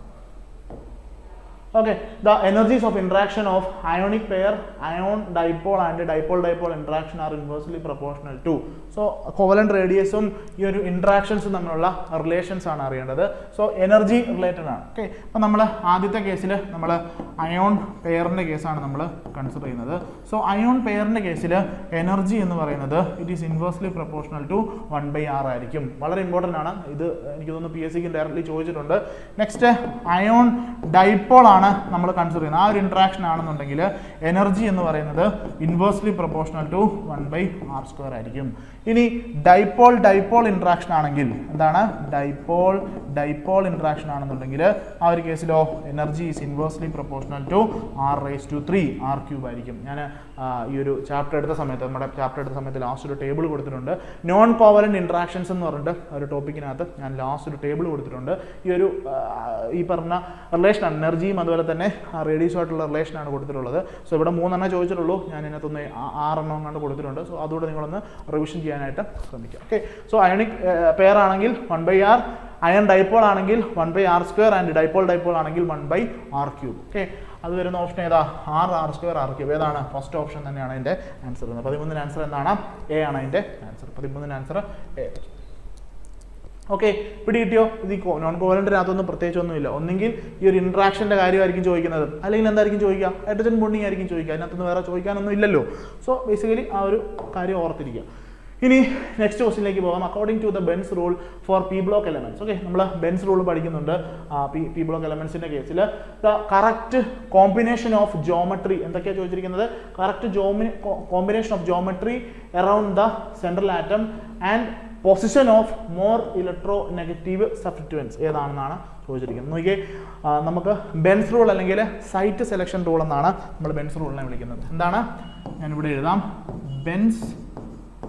ബെൻസ് റൂൾ അല്ലെങ്കിൽ ഇതിനെ നമ്മൾ സൈറ്റ് സെലക്ഷൻ റൂൾ എന്നാണ് വിളിക്കുന്നത്. സോ ഇത് ട്രയഗണൽ ബൈപിരമിഡൽ ജോമെട്രിയിലാണ് നമ്മൾ അപ്ലൈ ചെയ്യുന്നത്. ഏത് ജോമെട്രിയിലാണ്? അൺസിമെട്രിക്കൽ ട്രയഗണൽ ട്രയാഗണൽ ബൈ പിരമിഡൽ ജോമെട്രിയിലാണ് നമ്മൾ അപ്ലൈ ചെയ്യുന്നത്. ഓക്കെ, അപ്പോൾ നമുക്കറിയാം TBP എന്ന് പറയുന്നത് സിമെട്രിക്കൽ ആകാം, അൺസിമെട്രിക്കൽ ആകാം. സോ നമ്മൾ അൺസിമെട്രിക്കൽ ട്രയാഗണൽ ബൈ പിരമിഡലിന്റെ കേസിൽ സബ്സ്റ്റിറ്റ്യൂവൻസ് അല്ലെങ്കിൽ അതിന്റെ സൈറ്റ് എവിടെയാണ് വരുന്നത് എന്നുള്ളതാണ് ഈ ഒരു ബെൻസ് റൂൾ പറയുന്നത്. ഓക്കെ, സോ ബെൻസ് റൂളിന്റെ ഫസ്റ്റ് പോയിന്റ് എന്ന് പറയുന്നത് മോർ ഇലക്ട്രോ നെഗറ്റീവ് ആറ്റം. എന്താണ് മോർ ഇലക്ട്രോ നെഗറ്റീവ് ആറ്റം എവിടെയായിരിക്കും ഉണ്ടാവുക? ആക്സിയൽ പൊസിഷനിലായിരിക്കും ഉണ്ടാവും. സോ ട്രയാഗണൽ ബൈപിരമിഡലാന്ന് പറഞ്ഞു. സോ ട്രയാഗണൽ ബൈപിരമിഡൽ എന്ന് പറഞ്ഞാൽ എങ്ങനെ ഇരിക്കും നോക്കിയേ. സോ ഈ ഒരു രീതിയിലായിരിക്കും ട്രയാഗണൽ ബൈപിരമിഡൽ ഉണ്ടായിരിക്കുക. സോ ഈ രണ്ട് പൊസിഷൻസിനെയാണ് നമ്മൾ ആക്സിയൽ പൊസിഷൻസ് എന്ന് വിളിക്കുന്നത്. ഇത് ഏത് പൊസിഷനാണ്? ഇത് ഇക്വട്ടോറിയൽ പൊസിഷനാണ്, ഇതും ഇക്വട്ടോറിയൽ ആണ്, ഇതും ഇക്വട്ടോറിയൽ ആണ്. സോ ഇതൊരു ട്രയാഗണൽ ബൈപിരമിഡൽ ആണ്, ജോമെട്രി ആണെന്നുണ്ടെങ്കിൽ ഈ രണ്ട് പൊസിഷൻ എന്ന് പറയുന്നത് ആക്സിയൽ പൊസിഷൻ ആയിരിക്കും, ഈ മൂന്നും പൊസിഷൻ എന്ന് പറയുന്നത് എന്താണ്? ഇക്വട്ടോറിയൽ പൊസിഷൻ ആയിരിക്കും. നമ്മുടെ ക്വസ്റ്റ്യൻ എന്തായിരുന്നു? സോ നമ്മുടെ പോയിന്റ് എന്തായിരുന്നു? മോർ ഇലക്ട്രോ നെഗറ്റീവ് ആറ്റം ആണെങ്കിൽ എവിടെയായിരിക്കും? അവർ ആക്സിയൽ പൊസിഷനിലായിരിക്കും ഉണ്ടാവുക. അതായത് ഹാലജൻസ് ഒക്കെ ആണെന്നുണ്ടെങ്കിൽ അവർ ആക്സിയൽ പൊസിഷനിലായിരിക്കും ഉണ്ടാവുക. ഇനി പൈ ബോണ്ട്, അതുപോലെ തന്നെ triple bond, then lone pair, ഇവരൊക്കെ എവിടെയായിരിക്കും? ഇവരൊക്കെ ഇക്വട്ടോറിയൽ പൊസിഷനിലായിരിക്കും ഉണ്ടാവുക. അതുപോലെ തന്നെ ലാർജ് ഗ്രൂപ്പ്, ഇവരൊക്കെ എവിടെയായിരിക്കും ഉണ്ടാവുക? ഇക്വട്ടോറിയൽ പൊസിഷനിലായിരിക്കും ഉണ്ടാവുക. സോ ബെൻസ് റൂൾ അല്ലെങ്കിൽ സൈറ്റ് സെലക്ഷൻ റൂൾ പറയുന്നത് അൺസിമെട്രിക്കൽ TBPയുടെ കേസിൽ മോർ ഇലക്ട്രോ നെഗറ്റീവ് എന്ന് പറയുന്നത് ആക്സിയൽ പൊസിഷനിലായിരിക്കും, ലെസ് ഇലക്ട്രോ നെഗറ്റീവ് എന്ന് പറയുന്നത് ഇക്വറ്റോറിയൽ പൊസിഷനിലായിരിക്കും. Pi bond, triple bond, lone pair ഒക്കെ എവിടെ ആയിരിക്കും? ഇക്വറ്റോറിയൽ പൊസിഷനിലായിരിക്കും. So more electronegative axial പൊസിഷനിലാണെങ്കിൽ ലെസ് ഇലക്ട്രോ നെഗറ്റീവ് എവിടെയായിരിക്കും? ലെസ് ഇലക്ട്രോ നെഗറ്റീവ് എന്ന് പറയുന്നത്, ഇലക്ട്രോ നെഗറ്റീവ് ആറ്റം എന്ന് പറയുന്നത് ഇക്വറ്റോറിയൽ പൊസിഷനിലായിരിക്കും. എവിടെയായിരിക്കും? ഇക്വറ്റോറിയൽ പൊസിഷനിലായിരിക്കും. Okay, so more electronegative atom axial പൊസിഷനിലായിരിക്കും, less electronegative atom equatorial പൊസിഷനിലായിരിക്കും. ഇനി ലാർജ് സൈസ് ഉള്ള ഗ്രൂപ്പ്, അതുപോലെ അല്ലെങ്കിൽ double bond, triple bond, lone pair പോലത്തെ ബോണ്ടുകളൊക്കെ വരികയാണെങ്കിൽ അവരും ഇവിടെ ആയിരിക്കും ഇക്വറ്റോറിയൽ പൊസിഷനിലായിരിക്കും ഉണ്ടായിരിക്കുക എന്നാണ് പറയുന്നത്. സോ നമ്മുടെ ക്വസ്റ്റ്യൻ എന്തായിരുന്നു? According to Bent's rule for P block elements the correct combination of geometry എന്താ നമുക്ക് മനസ്സിലായി? ട്രയാഗണൽ ബൈപിരമിഡൽ ആണ്. ഓക്കെ, നോക്കുക, ട്രയാഗണൽ ബൈപിരമിഡൽ, സ്ക്വയർ പിരമിഡൽ. ഇത് രണ്ട് എന്ത് ചെയ്യാം? നിങ്ങൾക്ക് എലിമിനേറ്റ് ചെയ്ത് കളയാം. ഇനി പോയിട്ട് രണ്ട് ട്രയാഗണൽ ബൈപിരമിഡൽ ആണുള്ളത്. And the position of more electronegative substituent. എന്താണ് മോർ ഇലക്ട്രോ നെഗറ്റീവ് സബ്സ്റ്റിറ്റ്യൂവിന്റെ പൊസിഷൻ ആണ് ചോദിച്ചിട്ടുള്ളത്. So more electronegative substituent എവിടെയാണ് ഉള്ളത്? ആക്സിയൽ പൊസിഷനിലാണുള്ളത്. നോക്കിയേ, ഇക്വറ്റോറിയൽ അല്ല, എലിമിനേറ്റ് ചെയ്തു, ആക്സിയൽ പൊസിഷനിലാണ്. സോ ആൻസർ വരുന്നത് എന്താ? ആൻസർ വരുന്നത് എ ആയിരിക്കും. പ്രധാന ആൻസർ എന്താണ്? എ ആയിരിക്കും അതിന്റെ ആൻസർ വരുന്നത്. ഓക്കെ, അപ്പം ബെൻസ് റൂൾ ഒന്ന് റിവിഷൻ ചെയ്ത് നോക്കുക. ബെൻസ് റൂളിൻ്റെ കുറേ അധികം ആപ്ലിക്കേഷൻസ് നമ്മൾ പഠിച്ചിട്ടുണ്ട്, നമ്മൾ ഒരുപാട് ക്വസ്റ്റ്യൻസും വർക്കൗട്ട് ചെയ്തിട്ടുണ്ട്. സോ നെക്സ്റ്റ് ക്വസ്റ്റ്യനിലേക്ക് ഞാൻ പോവാണ്. 15ാമത്തെ ചോദ്യം. among Cl O3 minus xenon O3 and SO3 species with pyramidal shape. ഇതിനകത്ത് മൂന്നെണ്ണത്തിനകത്ത് ഏതിനൊക്കെയാണ് പിരമിഡൽ ഷേപ്പ് എന്നാണ് ചോദിച്ചിട്ടുള്ളത്. നമുക്ക് ഓരോന്നോരോന്നായിട്ട് നോക്കുക. ClO3 മൈനസ് ആണ് ഞാൻ ആദ്യം എടുക്കുന്നത്. എനിക്ക് സെൻട്രൽ ആറ്റം ക്ലോറിനാന്ന് മനസ്സിലായി. 7 വാലൻസ് ഇലക്ട്രോൺസ് ഉണ്ട്, ഒരു നെഗറ്റീവ് ചാർജ് ഉണ്ട്. സോ 8 എണ്ണം വരും. നോക്കിയേ, 1 2 3 4 5 6 7 8. 3 ഓക്സിജൻ, ഒരു ഓക്സിജൻ ബോണ്ട് ഫോം ചെയ്യുന്നു, രണ്ടാമത്തെ ഓക്സിജൻ ബോണ്ട് ഫോം ചെയ്യുന്നു, മൂന്നാമത്തെ ഓക്സിജൻ ബോണ്ട് ഫോം ചെയ്യുന്നു. പോയിട്ട് എന്താ ഉള്ളത്? ഒരു ലോൺ പെയർ ആണ്. അതായത് മൂന്ന് ബോണ്ട് പെയറും ഒരു ലോൺ പെയറുമാണ് എനിക്കുള്ളത്. എന്താണ്? 3 ബോണ്ട് പെയറും ഒരു ലോൺ പെയറുമാണ് എനിക്കുള്ളത്. ഇതിൻ്റെ സ്റ്റെറിക് നമ്പർ എന്ന് പറയുന്നത് എത്ര ആയിരിക്കും? 3 1 4. 3 1 4 ആണെങ്കിൽ ഹൈബ്രിഡൈസേഷൻ sp3 ആയിരിക്കും, ജോമെട്രി ടെട്രാഹെഡ്രൽ ആയിരിക്കും, ഷേപ്പ് എന്ന് പറയുന്നത് എന്തായിരിക്കും? ട്രയാഗണൽ പിരമിഡൽ. എന്താണ്? ട്രയാഗണൽ പിരമിഡൽ. അപ്പം നമുക്ക് എന്തായാലും ചോദിച്ചിരുന്നത് പിരമിഡൽ ഷേപ്പ് ഏതിനാണെന്ന് ചോദിച്ചിരുന്നത്. സോ ClO3 മൈനസിന് എന്ത് ഷേപ്പാണ്? ട്രയാഗണൽ പിരമിഡലാണെന്ന് എനിക്ക് മനസ്സിലായി. സോ ഇതെന്താണ്? ട്രയാഗണൽ പിരമിഡലാണ്. അങ്ങനത്തെ എത്ര ഓപ്ഷൻസ് ഉണ്ട്? അങ്ങനത്തെ ഈ 2 ഓപ്ഷൻ എന്ത് ചെയ്യാം? നിങ്ങൾക്ക് എലിമിനേറ്റ് ചെയ്യാം. പോയിട്ട് 2 ഓപ്ഷൻസ് മാത്രമേ ഉള്ളൂ. ഇനി xenon O3 ഉണ്ട്, SO3 ഉണ്ട്. ഓക്കെ, സോ ഞാൻ xenon O3 ആണ് ചെയ്യാനായിട്ട് പോകുന്നത്. സെൻട്രൽ ആറ്റം xenon ആണ്. എത്ര വാലൻസ് ഇലക്ട്രോൺസ് ഉണ്ട്? 8 വാലൻസ് ഇലക്ട്രോൺസ്. നോക്കി, 1 2 3 4 5 6 7 8. ഓക്സിജൻ എന്ത് ചെയ്യുന്നു? ഒരു ബോണ്ട് ഫോം ചെയ്തു, രണ്ടാമത്തെ ഓക്സിജൻ, മൂന്നാമത്തെ ഓക്സിജൻ. ഇവിടെ എന്ത് സംഭവിക്കുന്നു? ഇത് ലോൺ പെയർ. എക്സാക്ട്ലി എന്താണ്? ഇതുപോലെ തന്നെയാണ്. എത്ര ബോണ്ട് പെയർ ഉണ്ട്? 3 ബോണ്ട് പെയറും ഒരു ലോൺ പെയറും. 3 ബോണ്ട് പെയർ 1 ലോൺ പെയർ ആണെങ്കിൽ സ്റ്റെറിക് നമ്പർ എത്രയാണ്? 3 1 4. സ്റ്റെറിക് നമ്പർ 4 ആണെങ്കിൽ ഹൈബ്രിഡൈസേഷൻ sp3 ആയിരിക്കും, ജോമെട്രി ടെട്രാഹെഡ്രൽ ആയിരിക്കും, ഷേപ്പ് എന്ന് പറയുന്നതോ പിരമിഡൽ. എന്താണ്? പിരമിഡൽ. സോ ഈ ഒരു കോമ്പൗണ്ട് എന്താണ്? ട്രയഗണൽ പിരമിഡൽ ആണ്. സോ ആൻസർ വരുന്നത് ഏതൊക്കെയാണ്? ഇത് രണ്ടുമാണ് വരുന്നത്. സോ ആൻസർ വരുന്നത് എ ആണ് അതിന്റെ ആൻസർ വരുന്നത്. ഓക്കെ, അപ്പോൾ ഇത് രണ്ടും ചെയ്താൽ തന്നെ നമുക്ക് എന്ത് കിട്ടി? ആൻസർ കിട്ടി. SO3 ചെയ്യേണ്ട കാര്യം പോലും ഇല്ല. എങ്കിലും നിങ്ങളുടെ സമാധാനത്തിന് SO3 കൂടെ നമ്മൾ ചെയ്യുവാണ്. സോ SO3യുടെ കേസിൽ സൾഫർ ആണ് എന്ത്? Central atom. എത്ര വാലൻസ് ഇലക്ട്രോൺസ്? 6 എണ്ണം. നോക്കിയേ, 1 2 3 4 5 6. ഓക്സിജൻ എന്ത് ചെയ്യുന്നു? ബോണ്ട് ഫോം ചെയ്യുന്നു. സോ ഇവിടെ എന്താണ്? 3 ബോണ്ട് പെയർ മാത്രമേ ഉള്ളൂ. എന്താണ്? 3 ബോണ്ട് പെയർ മാത്രമേ ഉള്ളൂ. അപ്പോൾ സ്റ്റെറിക് നമ്പർ എത്രയാണ്? 3 ആണ് വരുന്നത്. സ്റ്റെറിക് നമ്പർ 3 ആണെങ്കിൽ ഹൈബ്രിഡൈസേഷൻ എന്തായിരിക്കും? sp2 ഹൈബ്രിഡൈസേഷൻ ആയിരിക്കും. എന്താണ്? sp2 ഹൈബ്രിഡൈസേഷൻ ആയിരിക്കും. അങ്ങനെയാണെങ്കിൽ ഷേപ്പ് എന്ന് പറയുന്നത് എന്തായിരിക്കും? ട്രയഗണൽ പ്ലാനർ ആണ് അതിന്റെ ജോമെട്രിയും ഷേപ്പും എന്ന് പറയുന്നത്. ട്രയഗണൽ പ്ലാനർ ആണ് അതിന്റെ ജോമെട്രിയും ഷേപ്പും എന്ന് പറയുന്നത്. ഓക്കെ, സോ നമ്മുടെ ആൻസർ എന്താണ്? എ ആണ് നമ്മളുടെ ആൻസർ. നെക്സ്റ്റ് 16ാമത്തെ ചോദ്യം. The geometries of SnF3, xenon F2O2 respectively are. December 2017 ചോദിച്ചൊരു ക്വസ്റ്റ്യൻ ആണ്. സോ നോക്കാം. SnF3. ഓക്കെ, നോക്കിയേ, ഇതിന്റെ ഷേപ്പിനെ കുറിച്ച് എന്തെങ്കിലും ഐഡിയ ഉണ്ടോ? ഇതിനെ ഇങ്ങനെ കണ്ടാൽ നിങ്ങൾക്ക് മനസ്സിലാകത്തില്ല. പിന്നെ എങ്ങനെ കാണണം? പിന്നെ ഇങ്ങനെ കാണണം. ഇങ്ങനെ കണ്ടു കഴിഞ്ഞാൽ നിങ്ങൾക്ക് മനസ്സിലാകുന്നുണ്ടോ ഇത് ഏത് ഷേപ്പാന്ന്? നോക്കിയേ, ഞാൻ എനിക്ക് തോന്നി ഈ ഒരു ക്വസ്റ്റ്യൻ നമ്മൾ സയന്റിഫിക് ഓഫീസറിന്റെ previous year question paper discuss ചെയ്ത സമയത്ത് ഞാൻ പറഞ്ഞിരുന്നു. ഇതിന്റെ പോയിന്റ് ഗ്രൂപ്പ് ചോദിച്ചിട്ടുണ്ടായിരുന്നു. അന്ന് ഇതിന്റെ പോയിന്റ് ഗ്രൂപ്പ് നമ്മൾ C3V എന്ന് പറഞ്ഞിട്ടുണ്ടായിരുന്നു. സോ ബേസിക്കലി ഇതെന്താണ്? നമ്മുടെ NH3 പോലെ തന്നെ ഇതൊരു ലോൺ പെയർ പോലെ നമ്മൾ എന്ത് ചെയ്യണം? കൺസിഡർ ചെയ്തിട്ട് C3V ആണ് അതിന്റെ പോയിന്റ് ഗ്രൂപ്പ് നമ്മൾ പറഞ്ഞിരുന്നു. സോ ബേസിക്കലി സെയിം എന്താ ഷേപ്പ് തന്നെയാണ് വരുന്നത്. ഏത് ഷേപ്പാണ്? പിരമിഡൽ ഷേപ്പാണ് വരുന്നത്. എന്താണ്? പിരമിഡൽ ഷേപ്പാണ് വരുന്നത്. പോയിന്റ് ഗ്രൂപ്പ് ഉറപ്പായിട്ടും C3V ആയിരിക്കും. ഓക്കെ, സോ SnF3യുടെ കേസിൽ പിരമിഡൽ ഷേപ്പാന്ന് മനസ്സിലായി. സോ ഓക്കെ, പിരമിഡൽ ഷേപ്പാണ്. നമുക്കിവിടെ ആ പിരമിഡൽ ഷേപ്പ് കാണാനായിട്ട് പറ്റത്തില്ല. പിന്നെ പോയിട്ട് ഇതിന്റെ ജോമെട്രി എന്താ വരാൻ സാധ്യതയുള്ളത്? നോക്കിയേ, ഒരു ബോണ്ട് പെയർ, രണ്ടാമത്തെ ബോണ്ട് പെയർ, മൂന്നാമത്തെ ബോണ്ട് പെയർ ആൻഡ് നാലാമത്തെ ബോണ്ട് പെയർ. സോ കംപ്ലീറ്റ്ലി 4 എന്താണ്? ബോണ്ട് പെയർ ആണ്. 4 ബോണ്ട് പെയർ ആണെങ്കിൽ 4 എന്താണ്? ബോണ്ട് പെയർ ആണെങ്കിൽ സ്റ്റെറിക് നമ്പർ എന്ന് പറയുന്നത് 4 ആയിരിക്കും. അങ്ങനെയാണെങ്കിൽ ഹൈബ്രിഡൈസേഷൻ sp3 ആയിരിക്കും. ജോമെട്രി എന്ന് പറയുന്നത് ടെട്രാഹെഡ്രൽ ആയിരിക്കും. ഓക്കെ, ജോമെട്രി എന്ന് പറയുന്നത് ജോമെട്രിയാണ് ചോദിച്ചിട്ടുള്ളത്. സോ ജോമെട്രി എന്ന് പറയുന്നത് എന്തായിരിക്കും? ടെട്രാഹെഡ്രൽ ആയിരിക്കും. സോ ടെട്രാഹെഡ്രൽ എന്നുള്ള എത്ര ഓപ്ഷൻ ഉണ്ട്? 2 ഓപ്ഷൻ ഉണ്ട്. ബാക്കി 2 ഓപ്ഷൻ എന്ത് ചെയ്യുക? എലിമിനേറ്റ് ചെയ്ത് കളയുക. അപ്പം ഒന്നെങ്കിൽ B ആയിരിക്കും അല്ലെങ്കിൽ D ആയിരിക്കും നമ്മളുടെ ആൻസർ എന്ന് പറയുന്നത്. നെക്സ്റ്റ് ഞാൻ എന്ത് ചെയ്യുന്നു? xenonലേക്ക് പോവാണ്. xenon O2F2.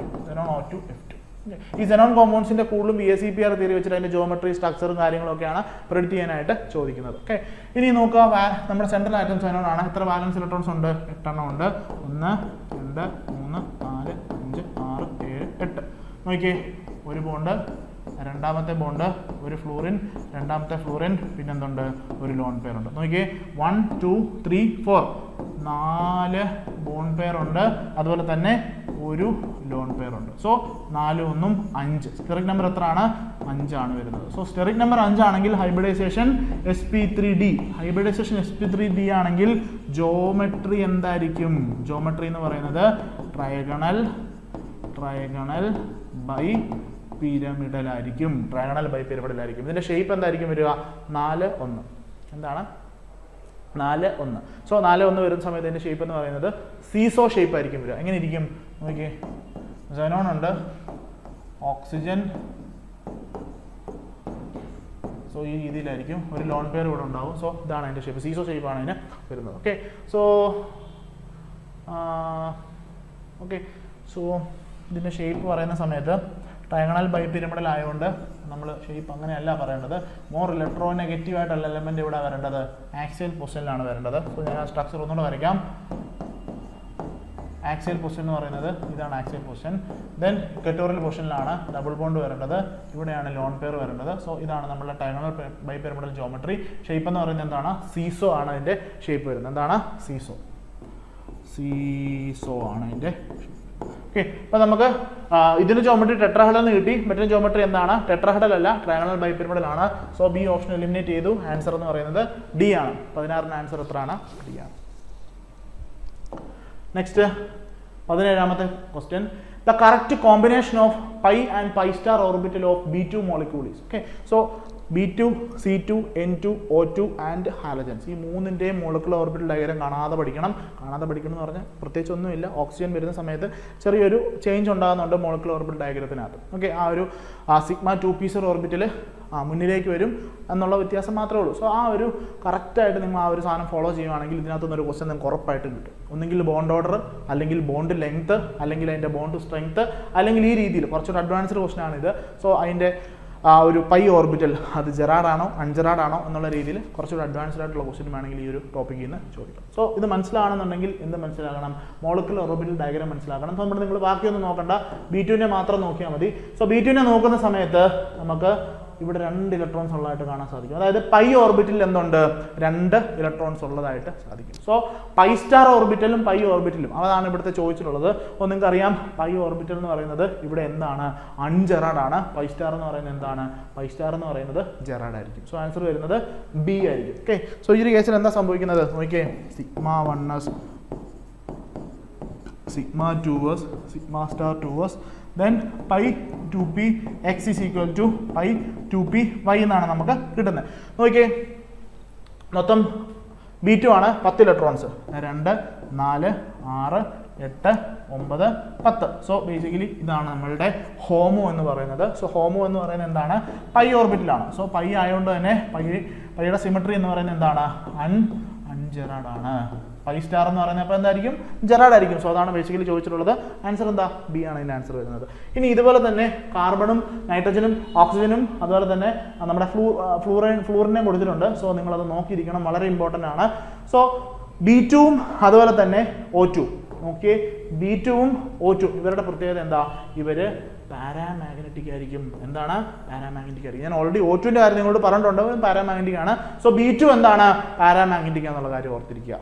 എന്താണ്? പാരാമാഗ്നറ്റിക് ആണ്. ബാക്കി C2 എടുത്താലും N2 എടുത്താലും F2 എടുത്താലും അവരെല്ലാം എന്താണ്? ഡയാമാഗ്നറ്റിക് ആണ്. ഇനി നിങ്ങൾ ബോണ്ട് ഓർഡർ നോക്കുന്ന സമയത്ത് B2ൻ്റെ ബോണ്ട് ഓർഡർ എത്രയാണ്? 1 ആണ്. C2ൻ്റെ ബോണ്ട് ഓർഡർ എത്രയാണ്? 2 ആണ്. N2ൻ്റെ ബോണ്ട് ഓർഡർ എത്രയാണ്? 3 ആണ്. O2ൻ്റെ ബോണ്ട് ഓർഡർ എത്രയാണ്? 2 ആണ്. ആൻഡ് F2ൻ്റെ ബോണ്ട് ഓർഡർ എത്രയാണ്? 1 ആണ്. ഓക്കെ, സോ ബേസിക് ആയിട്ട് അത്രയും കാര്യങ്ങളെങ്കിലും നിങ്ങൾ എന്ത് ചെയ്യണം? ഓർത്തിരിക്കണം. അറ്റ്ലീസ്റ്റ് പാരാമാഗ്നറ്റിക് ഏതാണ് ഡയാമാഗ്നറ്റിക് ഏതാണ്? ഏതാ? 2 ഉള്ളൂ പാരാമാഗ്നറ്റിക്, B2, O2. അത് രണ്ടുമാണ് എന്ത്? അതിൻ്റെ പാരാമാഗ്നറ്റിക് എന്ന് പറയുന്നത്. സോ ബേസിക്കലി ഇവിടെ 100 ഇലക്ട്രോൺസിൻ്റെ പ്രസൻസ് ഉണ്ടാവും. സോ ഇത് ഏത് ഓർബിറ്റിലാണ് ഇരിക്കുന്നുള്ള കാര്യങ്ങൾ എന്ത് ചെയ്യണം? ഓർത്തിരിക്കണം. അതാണ് നമ്മളെ സംബന്ധിച്ച് ഏറ്റവും ഇമ്പോർട്ടൻ്റ് ആയിട്ടുള്ള കാര്യം. സോ ഞാൻ 4 എണ്ണത്തിൻ്റെ ഡയഗ്രം ഇവിടെ കൊടുത്തിട്ടുണ്ട്, നിങ്ങൾ ശ്രദ്ധിക്കുക. പിന്നെ സാധാരണയായിട്ട് ചോദിക്കുന്നത് ഹാലജൻസിൻ്റെ കേസിൽ അത് വേപ്പർ ഫേസിലേക്ക് പോകുന്ന സമയത്ത് കളർ പ്രോപ്പർട്ടി കാണിക്കും. അത് എന്ത് മൂലമാണ്, ഏത് ട്രാൻഷൻ മൂലമാണെന്ന് ചോദിക്കാറുണ്ട്. So basically homo to LUMO ആ ഒരു ട്രാൻഷൻ തന്നെയാണ് സംഭവിക്കുന്നത്. ഇവരുടെ ഹോമോ എന്ന് പറയുന്നതും ലൂമോ എന്ന് പറയുന്നതും പ്രത്യേകം ശ്രദ്ധിക്കണം. സോ ഹോമോ എന്ന് പറയുന്നത് പൈ സ്റ്റാർ ആണ്, ലൂമോ എന്ന് പറയുന്നത് സിഗ്മ സ്റ്റാർ ആണ്. So pi star to sigma star transition ആണ് ഇവിടെ നടക്കുന്നത്. അതുമൂലമാണ് എന്ത് ചെയ്യുന്നത്? ഹാലജൻസിൻ്റെ കേസിലാണ് കേട്ടോ കളർ വരുന്നത്. ആ ഒരു കാര്യം നമ്മൾ ഓർത്തിരിക്കണം. അതും PSCക്കും ചോദിച്ചിട്ടുണ്ട്, CSCRനും ചോദിച്ചിട്ടുണ്ട്. ഓക്കെ, നെക്സ്റ്റ് 18ാമത്തെ ചോദ്യം, the number of lone pair of electrons on the central atom. Okay, നമ്മൾ ഇതുവരെ ജോമെട്രിയെ കുറിച്ച് പറഞ്ഞു, ഷേപ്പിനെ കുറിച്ച് പറഞ്ഞു. ഇനി നെക്സ്റ്റ് ഒരു ലെവലിലേക്ക് നമ്മൾ പോകുന്നു. നമുക്ക് എലമെന്റ്സ് തന്നിട്ടുണ്ട്, ജോമെട്രിയും ഷേപ്പും ഒന്നും അല്ല അറിയേണ്ടത്. ഇവരുടെ സെൻട്രൽ ആറ്റത്തിൽ എത്ര ലോൺ പെയർ ഉണ്ട് നോക്കിയേ. Br(F4 - Xenon F6 and Sbcl6 3-. ഞാൻ ആദ്യം തന്നെ Br(F4 - അങ്ങ് എടുക്കുവാണ്. So central atom ബ്രോമിനാണ്.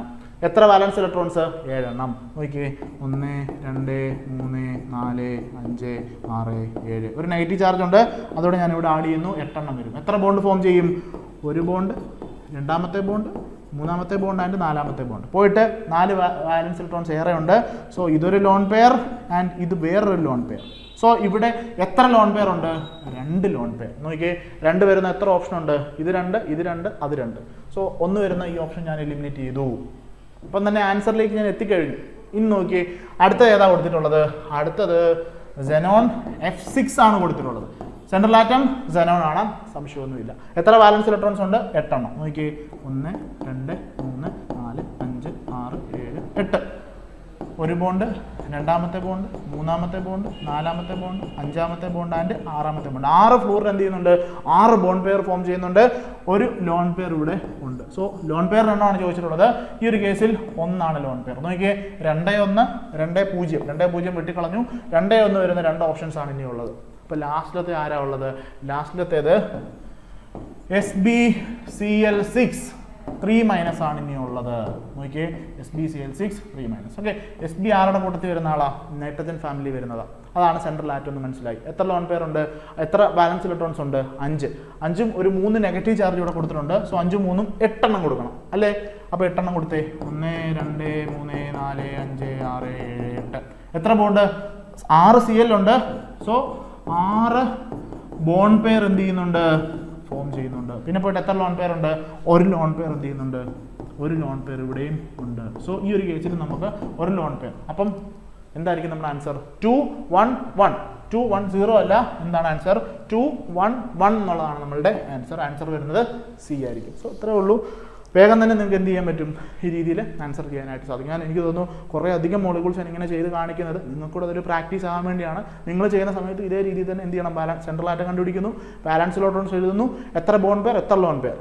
ഇനി ജോമെട്രിയോ ഷേപ്പോ ആണെങ്കിൽ, അല്ലെങ്കിൽ ഹൈബ്രിഡൈസേഷൻ ആണ് ചോദിക്കുന്നതെങ്കിൽ സ്റ്റെറിക് നമ്പർ വെച്ചിട്ട് ഹൈബ്രിഡൈസേഷൻ, അവിടുന്ന് ജോമെട്രി, അവിടുന്ന് ഷേപ്പ്. ഇനി അവിടെ വരെ പോകേണ്ട, ലോൺ പെയറിന് എണ്ണമാണ് ചോദിക്കുന്നതെങ്കിൽ ഇവിടുന്ന് തന്നെ നിങ്ങൾക്ക് എന്ത് കിട്ടും? ലോൺ പെയറിന് എണ്ണം കിട്ടും. ഇത്രേ ഉള്ളൂ. നെക്സ്റ്റ് ക്വസ്റ്റ്യനിലേക്ക് പോകാം. 19ാമത്തെ ചോദ്യം. The correct statement among the following. Correct statement ഏതാണെന്നാണ് ചോദ്യം. സോ 15 ചോദിച്ച ഒരു ക്വസ്റ്റ്യൻ ആണ്. N2 has higher bond order than N2 positive. നമ്മൾ ആരെക്കുറിച്ചൊക്കെയാണ് പറയുന്നത്? നമ്മളുടെ N2നെ കുറിച്ചും N2 പോസിറ്റീവിനെ കുറിച്ചുമാണ് പറയുന്നത്. നിങ്ങൾക്കറിയാം N2ൻ്റെ കേസിൽ ബോണ്ട് ഓർഡർ 3 ആണ്. N2 പോസിറ്റീവിൻ്റെ കേസിൽ ബോണ്ട് ഓർഡർ 2.5 ആണ്. ഓക്കെ, 2.5 ആണ്. ഇനി ഇത് വെച്ചിട്ട് നിങ്ങൾ നോക്കിയേ, N2 has higher bond order than N2 positive. അവിടം വരെ ശരിയാ. And hence has larger bond length compared to N2 positive. ആണോ? അല്ല. നിങ്ങൾക്കറിയാം നൈട്രജൻ ട്രിപ്പിൾ ബോണ്ട് ആണ്. സോ ട്രിപ്പിൾ ബോണ്ട് എന്ന് പറഞ്ഞാൽ ഏറ്റവും ഷോർട്ടസ്റ്റ് ബോണ്ട് അല്ലേ? സിംഗിൾ ബോണ്ടിനാണ് ലെങ്ത് കൂടുതൽ. സോ N2ഉം N2 പോസിറ്റീവ് തമ്മിൽ കമ്പയർ ചെയ്യുന്ന സമയത്ത് നമുക്കറിയാം ബോണ്ട് ഓർഡർ എന്ന് പറയുന്നത് എന്താണ്? ബോണ്ട് ഓർഡർ എന്ന് പറയുന്നത് is inversely proportional to bond length ആണ്. Inversely proportional to bond length ആണ്. സോ ബോണ്ട് ഓർഡർ കൂടിയാൽ ബോണ്ട് ലെങ്ത് കുറയും. സോ ഇവിടെ എന്താ അങ്ങനെയല്ല പറഞ്ഞിരിക്കുന്നത്. Hence has larger bond length compared to N2 positive. So ആ ഒരു സ്റ്റേറ്റ്മെന്റ് എന്താണ്? റോങ് സ്റ്റേറ്റ്മെന്റ് ആണെന്ന് നിങ്ങൾക്ക് പറയാം. പക്ഷേ ഇവിടം വരെ എന്താണ്? കറക്റ്റ് തന്നെയാണ്. പക്ഷേ ഈ ഒരു സ്റ്റേറ്റ്മെന്റ് എന്താണ്? റോങ് ആണ്. സോ ആ ഒരു മൊത്തം സ്റ്റേറ്റ്മെന്റ് എന്താണ്? റോങ് ആയി, അല്ലെങ്കിൽ ഞാൻ എലിമിനേറ്റ് ചെയ്ത് കളഞ്ഞു. ഇനി സെക്കൻഡ് സ്റ്റേറ്റ്മെന്റ് നോക്കിയേ. N2 positive have higher bond order than N2.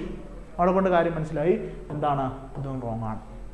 Okay, N2 has high bond order than N2 positive, കുഴപ്പമില്ല. And has high dissociation energy as compared to N2 positive അല്ലേ? നോക്കിയേ, N2ന് ട്രിപ്പിൾ ബോണ്ട് ആണ്, N2 പോസിറ്റീവിന് 2.5 ആണ് bond order എന്ന് പറയുന്നത്. So bond order എന്ന് പറയുന്നത് bond സ്ട്രെങ്തിന് directly proportional ആണ്. ബോണ്ട് സ്ട്രെങ്ത് കൂടുതലാണെങ്കിൽ, ബോണ്ട് ഓർഡർ കൂടുതലാണെങ്കിൽ ബോണ്ട് സ്ട്രെങ്ത് കൂടുതലായിരിക്കും, അല്ലെങ്കിൽ ബോണ്ട് ഡിസോസിയേഷൻ എനർജി എന്തായിരിക്കും? കൂടുതലായിരിക്കും. സോ അങ്ങനെ നോക്കുമ്പം N2 has high bond order and has high dissociation energy as compared to N2 positive എന്നുള്ള സ്റ്റേറ്റ്മെന്റ് എന്താണ്? കറക്റ്റ് സ്റ്റേറ്റ്മെന്റ് ആണ് അല്ലേ? നോക്കി, ഇനി ലാസ്റ്റ് എന്താ കൊടുത്തിരിക്കുന്നത്? N2 has lower bond order. അതും എന്താണ്? റോങ് സ്റ്റേറ്റ്മെന്റ് ആണ്. സോ കറക്റ്റ് ആൻസർ 19ന്റെ കറക്റ്റ് ആൻസർ ഏതാ വരുന്നത്? സി. 19ന്റെ ആൻസർ സി ആണ് വരുന്നത്. സോ കറക്റ്റ് ആൻസർ സി ആയിരിക്കും. നെക്സ്റ്റ് 20ാമത്തെ ചോദ്യം. The structure of XeF2, XeO2F2 respectively. നോക്കിയേ, സെൻട്രൽ ആറ്റം ആരാ? സെനോൺ. എത്ര വാലൻസ് ഇലക്ട്രോൺസ്? 8. 1 2 3 4 5 6 7 8. എത്ര ബോണ്ട് ഫോം ചെയ്യുന്നുണ്ട്? 2 2 ബോണ്ട് ഫോം. ഒരു ലോൺ പെയർ, രണ്ടാമത്തെ ലോൺ പെയർ, മൂന്നാമത്തെ ലോൺ പെയർ. സോ 3 ലോൺ പെയറും 2 ബോണ്ട് പെയറുമാണ് ഇവിടെ ഉള്ളത്. സോ സ്റ്റെറിക് നമ്പർ ഉറപ്പായിട്ടും 3 2 5 തന്നെയാണ്, അതിന് സംശയമൊന്നുമില്ല. ഹൈബ്രിഡൈസേഷൻ sp3d ജോമെട്രി എന്ന് പറയുന്നത് ട്രയഗണൽ ബൈപിരമിഡൽ ആയിരിക്കും. ഇനി ഷേപ്പ് എന്തായിരിക്കും വരുന്നത് നോക്കിയേ, 3 ലോൺ പെയർ വരുന്നുണ്ട്. സോ 3 ലോൺ പെയർ വരുന്ന സമയത്ത് ജോമെട്രി ട്രയഗണൽ ബൈപിരമിഡൽ ജോമെട്രി ആണെന്ന് വിചാരിക്കുക. So trigonal bipyramidal ജോമെട്രിക്കകത്ത് 3 lone pair വന്നാൽ എവിടെ കൊടുക്കണം? സോ ഞാൻ ഇപ്പോൾ സെനോൺ സെൻട്രൽ ആറ്റം ആണ്. സോ 3 ലോൺ പെയർ വരുന്നുണ്ട്. ഈ 3 ലോൺ പെയറിന് ഞാൻ എന്ത് ചെയ്യണം? അതിൻ്റെ ഇക്വറ്റോറിയൽ പൊസിഷനിൽ എനിക്ക് കൊടുക്കാൻ പറ്റത്തുള്ളൂ. പിന്നെ പോയിട്ട് ഫ്ലോറിനെ എവിടെ കൊടുക്കണം? അതിൻ്റെ ആക്സിയൽ പൊസിഷൻ വേണം കൊടുക്കാൻ. അങ്ങനെ നോക്കുന്ന സമയത്ത് ഇതിൻ്റെ ഷേപ്പ് എന്ന് പറയുന്നത് എന്തായിരിക്കും? ഷേപ്പാണ് നമുക്ക് അറിയേണ്ടത്. Geometry trigonal ബൈപിരമിഡലാണ്. ഷേപ്പ് എന്ന് പറയുന്നത് അല്ലെങ്കിൽ സ്ട്രക്ചർ എന്ന് പറയുന്നത് എന്താണ്? ലീനിയർ ആണ്. എന്താണ്? ലീനിയർ ആണ്. സോ ലീനിയർ എന്നുള്ളതാണ് ആൻസർ വരുന്നത്. സോ ബെൻഡ് അല്ല, ബെൻഡ് രണ്ടും ഞാൻ എലിമിനേറ്റ് ചെയ്തു. Linear seesaw, linear square planar. So ബിയോ സിയോ ആണ് ആൻസർ എന്ന് എനിക്ക് മനസ്സിലായി. ഇനി നെക്സ്റ്റ് കൊടുത്തിരിക്കുന്നത് ഏതാണ്? നെക്സ്റ്റ് കൊടുത്തിട്ടുള്ളത് സെനോൺ O2 F2നെ പറ്റിയാണ്. സെൻട്രൽ ആറ്റം ആരാണ്? സെനോൺ ആണ്. എത്ര വാലൻസ് ഇലക്ട്രോൺസ് ഉണ്ട്? 8. 1 2 3 4 5 6 7 8. നോക്കിയേ, ഒരു ഫ്ലൂറിൻ, രണ്ടാമത്തെ ഫ്ലൂറിൻ, ഒരു ഓക്സിജൻ, രണ്ടാമത്തെ ഓക്സിജൻ ആൻഡ് 1 ലോൺ പെയർ. നോക്കിയേ, 1 2 3 4 4 ബോണ്ട് പെയറും ഒരു ലോൺ പെയറും. എന്താണ്? 4 ബോണ്ട് പെയറും ഒരു ലോൺ പെയറുമാണ് ഫോം ചെയ്യുന്നത്. സോ സ്റ്റെറിക് നമ്പർ എത്ര വരും? സ്റ്റെറിക് നമ്പർ 5 ആണ്. സ്റ്റെറിക് നമ്പർ 5 ആണെങ്കിൽ ഹൈബ്രിഡൈസേഷൻ sp3d ആണെങ്കിൽ ട്രയഗണൽ ബൈപിരമിഡൽ ആണ് ജോമെട്രി. എന്താണ്? ട്രയഗണൽ ബൈപിരമിഡൽ ആണ് ജോമെട്രി എന്ന് പറയുന്നത്. സോ ഇതിന്റെ ഷേപ്പ് എങ്ങനെയായിരിക്കും വരിക നോക്കിയേ, സെനോൺ കാണും. ഡബിൾ ബോണ്ട് ഉറപ്പായിട്ടും എവിടെ വേണം കൊടുക്കാനായിട്ട്? ഡബിൾ ബോണ്ട് എന്ന് പറയുന്നത് ഡബിൾ ബോണ്ടും അതുപോലെ ലാർജ് സൈസുള്ള ഗ്രൂപ്പും ലെസ് ഇലക്ട്രോനെഗറ്റീവ് ആയിട്ടും ഒക്കെ ഇക്വറ്റോറിയൽ പൊസിഷന് വേണം കൊടുക്കാനായിട്ട്. സോ അങ്ങനെ നോക്കുന്ന സമയത്ത് സെനോൺ ഞാനിവിടെ കൊടുത്തു, ഡബിൾ ബോണ്ട് 2 ഞാൻ ഇക്വറ്റോറിയൽ പൊസിഷന് കൊടുത്തു, ഒരു ലോൺ പെയർ ഉണ്ട്, അത് ഞാൻ ഇവിടെ കൊടുത്തു. പോയിട്ട് ആരാ ഉള്ളത്? നമ്മുടെ ഫ്ലൂറിനാണുള്ളത്. സോ ഈ ഒരു ഷേപ്പിനെയാണ് നമ്മൾ എന്തെന്ന് വിളിക്കുന്നത്? ഇതിനെ നമ്മൾ ഇറഗുലർ ടെട്രാഹെഡ്രൽ എന്നും സീസോ എന്നും വിളിക്കാറുണ്ട്. ചില ബുക്കുകളിൽ ഇതിനെ സീസോ എന്നാണ് വിളിക്കുന്നത്, ചില ബുക്കുകളിൽ ഇറഗുലർ ടെട്രാഹെഡ്രൽ എന്നും വിളിക്കാറുണ്ട്. സോ നമുക്കിവിടെ സീസോ എന്നാണ് കൊടുത്തിട്ടുള്ളത്. സോ സ്ക്വയർ പ്ലാനർ അല്ല, എന്താണ്? സീസോ ആണ്. ഓക്കെ, ഇതിന്റെ ഷേപ്പ് എന്ന് പറയുന്നത് എന്താണ്? സീസോ അല്ലെങ്കിൽ ഇറഗുലർ TD എന്നും ചില ബുക്കുകളിൽ കൊടുക്കാറുണ്ട്.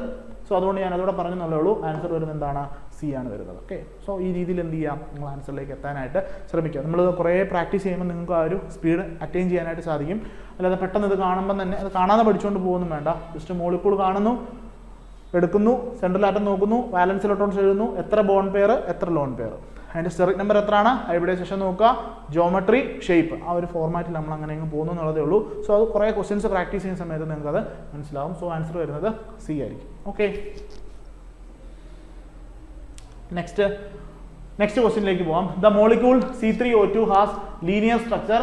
This compound has 4 sigma and 4 pi, 3 sigma and 2 pi, 2 sigma and 3 pi and 3 sigma and 4 pi. Okay, so അതിന് ലീനിയർ ഷേപ്പാണ് തന്നിട്ടുണ്ട്. ഏതാണ്? C3O2 ലീനിയർ ഷേപ്പാണ്. എങ്ങനെ അതിൻ്റെ ഷേപ്പ് ഇരിക്കുന്നത് നോക്കിയേ, C double bond C then double ബോണ്ടോ. ഇതാണ് നമ്മളുടെ C3O2 എന്ന് പറയുന്നത്. സോ ഒരു സബോക്സൈഡ് ടൈപ്പ് ഓഫ് സിസ്റ്റം ആണ്. സോ എത്ര സിഗ്മ ബോണ്ട് ഉണ്ട്? 1 2 3 4. എത്ര പൈ ബോണ്ട് ഉണ്ട്? 1 2 3 4. സോ ഈ ഒരു കേസിൽ 4 സിഗ്മ ബോണ്ടും ഉണ്ട്, 4 പൈ ബോണ്ടും ഉണ്ട്. ഓക്കെ, 4 സിഗ്മ ആൻഡ് 4 പൈ എന്നുള്ളതാണ് ആൻസർ. ആൻസർ എന്ന് പറയുന്നത് എ ആയിരിക്കും. ഇതിൻ്റെ എന്തായിരിക്കും? എ. നെക്സ്റ്റ് 22ാമത്തെ question. The structure of SbPH5 and PPH5 are respectively. ഇത് നിങ്ങൾക്ക് തെറ്റാൻ സാധ്യതയുള്ള ഒരു ക്വസ്റ്റ്യൻ ആണ്. എനിക്ക് തോന്നുന്നു കെമിക്കൽ ബോണ്ടിങ് പഠിപ്പിച്ച സമയത്ത് ഞാൻ ഈ ഒരു എക്സെപ്ഷണൽ കാര്യം ഞാൻ പറഞ്ഞിരുന്നു. സോ SbPH5ഉം PPH5ഉം. സോ ട്രയഗണൽ ബൈപിരമിഡൽ സിസ്റ്റത്തിനകത്ത് നമുക്ക് ജോമെട്രി പ്രിഫറൻസ് നമ്മൾ എങ്ങനെയാണ് പറയുന്നത് നോക്കി. ആ ഒരു പോയിന്റൂടെ നമ്മൾ നിങ്ങളുടെ നോട്ടിനകത്ത് നോക്കി നിങ്ങൾ മനസ്സിലാക്കണം. സോ ട്രയഗണൽ ബൈപിരമിഡൽ വരുന്ന കേസിൽ അല്ലെങ്കിൽ സ്റ്റെറിക് നമ്പർ 5 വരുന്ന കേസിൽ ജോമെട്രിക്കൽ പ്രിഫറൻസ് നോക്കിയേ, ജോമെട്രിക്കൽ പ്രിഫറൻസിനെ കുറിച്ചാണ് നമ്മൾ പറയുന്നത്. സോ ഈ ഒരു ജോമെട്രിക്കൽ പ്രിഫറൻസ് എന്ന് പറയുന്നത് സെൻട്രൽ ആറ്റവും അതുപോലെ തന്നെ സറൗണ്ടിങ് ആറ്റത്തിനെയും ബേസ് ചെയ്തിട്ടാണ് പറയുന്നത്. സോ സെൻട്രൽ ആറ്റം ഫസ്റ്റ് കേസാണ്. സോ ഫസ്റ്റ് കേസിൽ സെൻട്രൽ ആറ്റം എന്ന് പറയുന്നത് ലാർജാന്ന് വിചാരിക്കുക. സറൗണ്ടിങ് ആറ്റത്തെ ഞാൻ എസ് എന്ന് എഴുതുവാണ്, അതും ലാർജാന്ന് വിചാരിക്കുക. സോ സെൻട്രൽ ആറ്റവും ലാർജ് ആണ്, സറൗണ്ടിങ് ആറ്റവും ലാർജ് ആണ്. എന്താ ഞാൻ പറഞ്ഞത്? നമുക്ക് ഈ ട്രയഗണൽ ബൈപിരമിഡൽ ജോമെട്രി വരുന്ന സമയത്ത് അതിൻ്റെ ജോമെട്രിക്കൽ പ്രിഫറൻസ് ആണ് നമ്മൾ നോക്കുന്നത്. സെൻട്രൽ ആറ്റത്തിൻ്റെ സൈസും ലാർജ് ആണ്, സറൗണ്ടിങ് ആറ്റത്തിൻ്റെ സൈസും ലാർജ് ആണെന്നുണ്ടെങ്കിൽ ഇത് പ്രിഫർ ചെയ്യുന്ന അല്ലെങ്കിൽ ഇങ്ങനത്തെ സിസ്റ്റംസ് പ്രിഫർ ചെയ്യുന്ന ജോമെട്രി എന്ന് പറയുന്നത് ഏതായിരിക്കും? ഇങ്ങനത്തെ സിസ്റ്റംസ് പ്രിഫർ ചെയ്യുന്ന ജോമെട്രി എന്ന് പറയുന്നത് സ്ക്വയർ പിരമിഡൽ ആയിരിക്കും. എന്താണ്? സെൻട്രൽ ആറ്റം ലാർജ് ആണ്, സറൗണ്ടിങ് ആറ്റം ലാർജ് ആണെങ്കിൽ അവരുടെ ജോമെട്രിക് പ്രിഫറൻസ് എന്ന് പറയുന്നത് സ്ക്വയർ പിരമിഡൽ ആയിരിക്കും. ഇനി നോക്കിയേ രണ്ടാമത്തെ സിസ്റ്റം, ഞാൻ അത് ഇങ്ങോട്ട് എഴുതാം. സോ രണ്ടാമത്തെ കേസ് എന്ന് പറയുന്നത് സെൻട്രൽ ആറ്റം, എസ് എന്ന് പറഞ്ഞാൽ സെൻട്രൽ ആറ്റം സ്മോൾ ആയിരിക്കണം, സറൗണ്ടിങ് ആറ്റം എസ് എന്ന് പറയുന്നത് ലാർജ് ആവും. ഇതാണ് സെക്കൻഡ് കേസ് എന്ന് പറയുന്നത്. എന്താണ്? സെൻട്രൽ ആറ്റം സ്മോളും സറൗണ്ടിങ് ആറ്റം ലാർജ് ആവും. ആ ഒരു സമയത്ത് ഇവരുടെ ജോമെട്രിക് പ്രിഫറൻസ് എന്ന് പറയുന്നത് എന്തായിരിക്കും? ട്രയഗണൽ ബൈ പിരമിഡൽ ആയിരിക്കും. ഇതിന്റെ ജോമെട്രി അല്ലെങ്കിൽ ഷേപ്പ് എന്ന് പറയുന്നത് ട്രയഗണൽ ബൈ പിരമിഡൽ ആയിരിക്കും. എന്താണ്? ട്രയഗണൽ ബൈ പിരമിഡൽ ആയിരിക്കും. ഇനി ഒരു കേസ് കൂടെ നമുക്ക് പോസിബിൾ ആണ്. ഏതാണ്? മൂന്നാമത്തെ കേസിനകത്ത് സെൻട്രൽ ആറ്റം സ്മോൾ ആയിരിക്കും, അതുപോലെ തന്നെ സറൗണ്ടിങ് ആറ്റം എന്താണ്? സ്മോൾ ആകാം. സെൻട്രൽ ആറ്റവും സ്മോൾ ആണ്, സറൗണ്ടിങ് ആറ്റവും സ്മോൾ ആണെന്നുണ്ടെങ്കിൽ ഇങ്ങനത്തെ സിസ്റ്റംസ് എന്ന് പറയുന്നത് ഒരു ഫ്ലക്സേഷണൽ ബിഹേവിയർ ആയിരിക്കും ഇവർ കാണിക്കുന്നത്. അതായത് ട്രയഗണൽ ബൈ പിരമിഡൽ എന്ന് പറഞ്ഞിട്ടുള്ള ജോമെട്രി അത് സ്ക്വയർ പിരമിഡൽ ആവും, ദെൻ അത് വീണ്ടും എന്തായിട്ട് മാറും? ട്രയഗണൽ ബൈ പിരമിഡൽ ജോമെട്രി ആയിട്ട് മാറും. സോ അതെന്താണ്? റൂം ടെമ്പറേച്ചറിനൊക്കെ അനുസരിച്ച് അതിൻ്റെ റിജിഡിറ്റി ഒക്കെ നഷ്ടപ്പെട്ടത് ഒരു ഫ്ലക്സേഷണൽ ബിഹേവിയർ കാണിക്കാനുള്ള പോസിബിലിറ്റി ഉണ്ട്. എപ്പോഴാണ്? സറൗണ്ടിങ് ആറ്റവും സ്മോൾ ആയിരിക്കണം, സെൻട്രൽ ആറ്റവും സ്മോൾ ആയിരിക്കണം. ആ ഒരു കേസിലാണ് ഈ രീതിയിൽ നമ്മൾ പറയുന്നത്. സോ നോക്കുക, ഞാൻ trigonal bi pyramidal ceric number 5ന്റെ കേസിലെ ജോമെട്രിക് പ്രിഫറൻസ് ആണ് പറഞ്ഞത്. സെൻട്രൽ ആറ്റം ലാർജ് ആണ്, സറൗണ്ടിങ് ആറ്റം ലാർജ് ആണെങ്കിൽ സ്ക്വയർ പിരമിഡൽ ആയിരിക്കും. സെൻട്രൽ ആറ്റം സ്മോളും സറൗണ്ടിങ് ആറ്റം ലാർജും ആണെങ്കിൽ ട്രയഗണൽ ബൈ പിരമിഡൽ ആയിരിക്കും. ഇനി രണ്ടും ചെറുതാണെങ്കിൽ അവിടെ ഫ്ലക്സേഷണൽ ബിഹേവിയർ ആണ്. അത് ട്രയഗണൽ ബൈ പിരമിഡൽ ആകാം, ദെൻ സ്ക്വയർ പിരമിഡൽ ആകാം, വീണ്ടും ട്രയഗണൽ ബൈ പിരമിഡൽ ആകാം. സോ അതൊരു എന്താണ്? ഈ ഒരു രീതിയിലുള്ള ഒരു ഇക്വിലിബ്രിയത്തിലായിരിക്കും ഉണ്ടാവുക. ഓക്കെ, അപ്പം നമുക്കിവിടെ നോക്കുക SbPH5 ആണ്. നിങ്ങൾക്കറിയാം ഇതാണ് സെൻട്രൽ ആറ്റം, ഇതെന്താണ്? ലാർജ് ആണ്. സറൗണ്ടിങ് ആറ്റം എന്താണ്? PH5 ആണ്, ലാർജ് ആണ്. സോ ഇത് രണ്ടും ലാർജ് ആണ്. അതായത് സെൻട്രൽ ആറ്റം ലാർജ് ആണ്, സറൗണ്ടിങ് ആറ്റം ലാർജ് ആണ്. രണ്ടും ലാർജ് ആണെങ്കിൽ ഏതായിരിക്കും എൻ്റെ ജോമെട്രി? സ്ക്വയർ പിരമിഡൽ ആയിരിക്കും. നോക്കിയേ, സ്ക്വയർ പിരമിഡൽ എത്ര ഓപ്ഷൻ ഉണ്ട്? 2 ഓപ്ഷൻ. അപ്പോൾ ബാക്കി 2 ഓപ്ഷൻ ഞാൻ എന്ത് ചെയ്തു? എലിമിനേറ്റ് ചെയ്ത് കളഞ്ഞു. ഇപ്പോൾ സ്ക്വയർ പിരമിഡൽ 2 മാത്രമേ ഉള്ളൂ. ഇനി നോക്കിയേ PPH5 നോക്കിയേ, പി എന്താണ്? സെൻട്രൽ ആറ്റം എന്ന് പറയുന്നത് സ്മോൾ ആണ്, സറൗണ്ടിങ് ആറ്റം PH5 ആണ്, അത് ലാർജ് ആണ്. ഇതെന്താണ്? ലാർജ് ആണ്. സോ സെൻട്രൽ ആറ്റം സ്മോളും സറൗണ്ടിങ് ആറ്റം ലാർജും അത് ഏതായിരിക്കും വരിക? ട്രയഗണൽ ബൈ പിരമിഡൽ ആയിരിക്കും. നോക്കിയേ, trigonal bipyramidal, square pyramidal അല്ല, ട്രയഗണൽ ബൈ പിരമിഡൽ. സോ SbPH5ന്റെ ജോമെട്രി എന്ന് പറയുന്നത് എന്താണ്? സ്ക്വയർ പിരമിഡലും PPH5ന്റെ ജോമെട്രി എന്ന് പറയുന്നത് ട്രയഗണൽ ബൈ പിരമിഡലുമാണ്. അതിന്റെ റീസൺ ഞാൻ പറഞ്ഞു. അതിന്റെ സറൗണ്ടിങ് ആറ്റത്തിന്റെ സെൻട്രൽ ആറ്റത്തിന്റെ സൈസ് വെച്ചിട്ടാണ് എന്ത് ചെയ്യുന്നത്? നമ്മൾ ഈ രീതിയിൽ പറയുന്നത്. ഇനി മൂന്നാമത്തെ കേസ്, രണ്ടും സ്മോൾ വരുന്ന ഒരു കേസ്. അതിനൊരു എക്സാമ്പിൾ എന്ന് പറയുന്നത് നിങ്ങൾ പഠിച്ചിട്ടുള്ള ഒരു എക്സാമ്പിൾ തന്നെയാണ്. FeCO5 times. ഈ ഒരു കോമ്പൗണ്ട് നിങ്ങൾ പഠിച്ചിട്ടുണ്ടാവും. ട്രയഗണൽ ബൈ പിരമിഡലാണ് ജോമെട്രി. ഇതിന്റെ പ്രത്യേകത ഇത് ഫ്ലക്സേഷണൽ ബിഹേവിയർ കാണിക്കും. എന്താണ്? ഇത് നമ്മൾ ഓർഗാനോമെറ്റാലിക്സിനകത്ത് കൂടുതലായിട്ട് അതിന്റെ ഡീറ്റെയിൽസ് ഒക്കെ നമ്മൾ പഠിച്ചിട്ടുണ്ട്.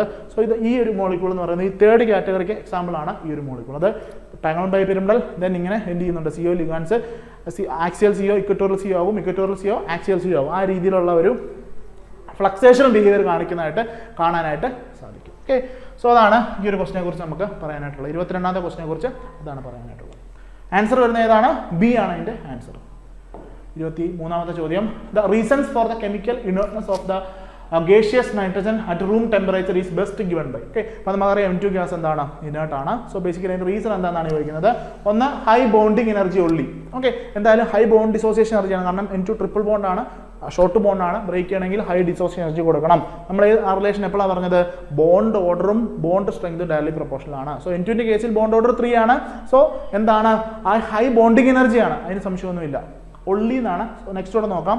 Electronic configuration, HOMO LUMO gap only, high bond energy and HOMO LUMO gap only. So HOMO LUMO gap നിങ്ങൾ നോക്കുന്ന സമയത്ത് നിങ്ങൾക്ക് മനസ്സിലാവും ഹോമോലൂമോ ഗ്യാപ്പും അതിന് ആ ഒരു ഇനേർട്ട്നെസ്സിന് കാരണമാകുന്നുണ്ട്. അതുപോലെ ഹൈ ബോണ്ടിങ് എനർജിയും അതിന് കാരണമാകുന്നുണ്ട്. സോ ബേസിക്കലി ഡി ആയിരിക്കും ആൻസർ വരുന്നത്. High bonding energy and HOMO LUMO gap അത് നമ്മുടെ കമ്പൈൻഡ് ആയിട്ട് വരുന്നതിനെയാണ്. ആ കമ്പൈൻഡ് ആയിട്ട് വരുന്ന എഫക്റ്റ് മൂലമാണ് അതിന്റെ കെമിക്കൽ ഇനേർട്ട്നെസ് എന്ത് ചെയ്യാം നമുക്ക് പറയാം. നമുക്ക് തന്നിരിക്കുന്ന ഓപ്ഷൻ വെച്ചിട്ടാണ് എന്ത് ചെയ്തിരിക്കുന്നത്? നമ്മൾ ആ രീതിയിൽ പറഞ്ഞിട്ടുള്ളത്. ഓക്കെ, സോ ഇനേർട്ട്നെസ്സിനെ നമുക്ക് അതിന്റെ ബോണ്ടിങ് എനർജിയുടെയും അതുപോലെ തന്നെ അതിന്റെ ഹോമോലൂമോ ഗ്യാപ്പിന്റെ ടേംസിൽ നമുക്ക് പറയാനായിട്ട് സാധിക്കും. ആൻസർ വരുന്നത് ഡി ആയിരിക്കും. 24ാമത്തെ question, according to the VSEPR theory, the geometry with lone pair around the central iodine I3 positive and I3 minus. Okay, I3 പോസിറ്റീവും I3 മൈനസും. ഞാൻ ആദ്യം I3 പോസിറ്റീവിന് ഞാൻ എടുക്കുവാണ്. സോ ഇതാണ് I3 പോസിറ്റീവ്. ഓക്കെ, ഞാൻ എൻ്റെ മെത്തേഡ് തന്നെയാണ് ഫോളോ ചെയ്യുന്നത്. നിങ്ങൾക്ക് വേറെ ഏത് മെത്തേഡ് വേണമെങ്കിലും ഫോളോ ചെയ്യാം. സോ ഇവിടെ 3 ഐഡിനാണുള്ളത്. ഞാൻ ഒരു ഐഡിനെ സെൻട്രൽ ആറ്റമായിട്ട് എടുക്കുന്നു.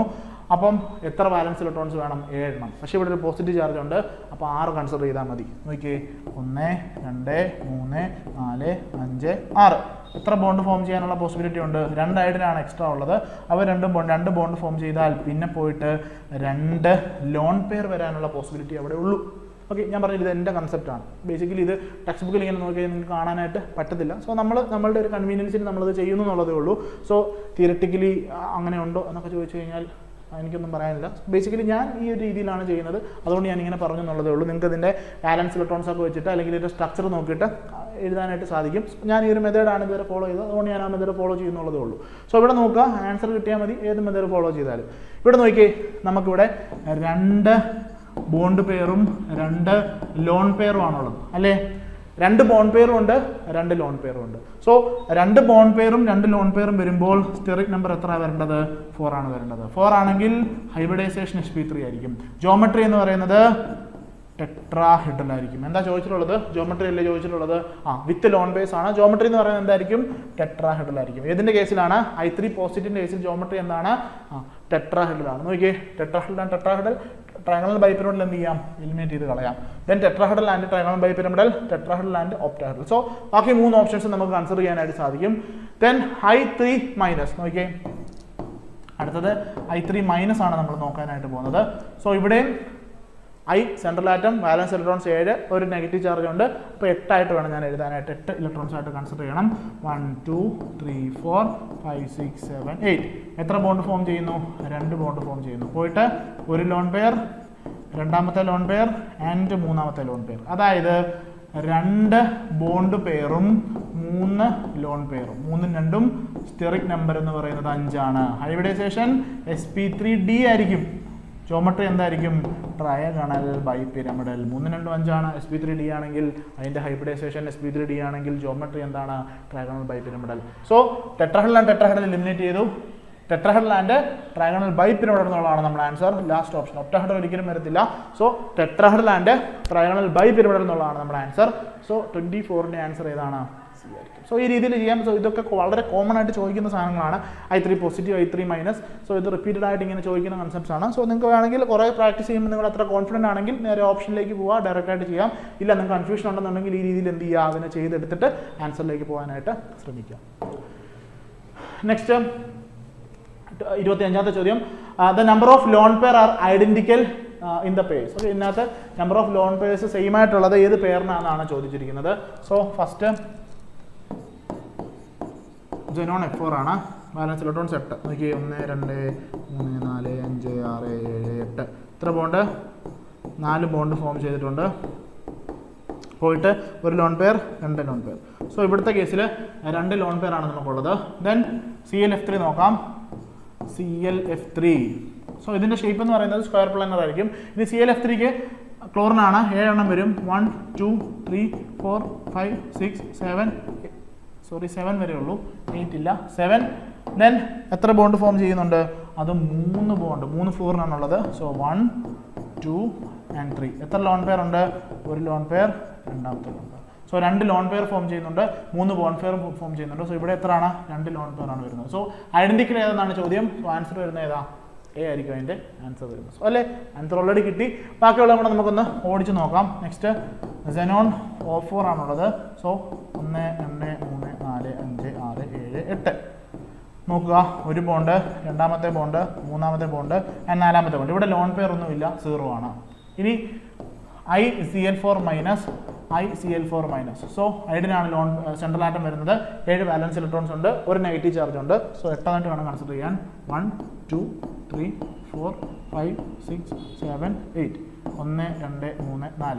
4 Cl എന്ത് ചെയ്യുന്നുണ്ട്? ബോണ്ട് ഫോം ചെയ്യുന്നുണ്ട്. പോയിട്ട് 2 ലോൺ പെയർ ആണ് ഈ ഒരു കേസിലുള്ളത്. എത്ര ലോൺ പെയർ ഉണ്ട്? 2 ലോൺ പെയർ. സെയിം ആയിട്ട് വരുന്നതാണ്. സോ അതുകൊണ്ടാണ് നമ്മൾ ഓപ്ഷൻ ബി എന്ത് ചെയ്തത്? എലിമിനേറ്റ് ചെയ്ത് കളഞ്ഞത്. ദെൻ ഇവിടെ എത്രയാണ്? 0. ഇവിടെ എത്രയാണ്? 2. സോ ഈ ഓപ്ഷൻ എലിമിനേറ്റ് ചെയ്തു. ഇത് ഓൾറെഡി നമ്മൾ കണ്ടുപിടിച്ചു. എത്രയാണ്? ഇവിടെയും 2 ആണ് വരുന്നത്. ഇനി സെനോൺ O2F2 നമ്മൾ ഓൾറെഡി അത് കണ്ടുപിടിച്ചാണ്, സീസോ ഷേപ്പാണ്. അവിടുത്തെ കേസിൽ നമുക്ക് ഒരു ലോൺ പെയർ ആണ് വരുന്നത്. സോ അതുകൊണ്ട് ഐഡന്റിക്കലായിട്ട് വരുന്ന ഏതിനാണ്? എ ഓപ്ഷനാണ് ഐഡന്റിക്കലായിട്ട് വരുന്നത്. ഓക്കെ, സോ ഈ രീതിയിൽ നിങ്ങൾക്ക് ചെയ്യാം. ഞാൻ പറഞ്ഞ ആൻസർ ഓൾറെഡി കിട്ടി, ബാക്കിയുള്ളതിനെ കൂടെ അറിയാൻ വേണ്ടിയാണ് ഞാൻ ബാക്കിയുള്ളതോട് എന്ത് ചെയ്തത് ചെയ്തു വന്നത്. ഓക്കെ, സോ അതാണ് നമ്മുടെ 25ാമത്തെ ചോദ്യം. നെക്സ്റ്റ് ക്വസ്റ്റ്യനിലേക്ക് പോവാം. 26ാമത്തെ question. The total number of lone pair of electrons in I3 minus is. Okay, നമ്മളുടെ മോളിക്കൂൾ ഏതാണ്? I3 മൈനസ് ആണ്. ഇതിനകത്ത് എത്ര ലോൺ പേഴ്സ് ഉണ്ടെന്നുള്ളതാണ് ചോദ്യം. സോ ഈ ഒരു ക്വസ്റ്റ്യൻ കുറച്ച് കൺഫ്യൂസിങ് ആണ്. ചിലരെ സംബന്ധിച്ച് അവർ ഒറ്റയടിക്കാൻ ആൻസർ എഴുതും, പക്ഷേ ആൻസർ തെറ്റാനുള്ള സാധ്യത വളരെ കൂടുതലാണ്.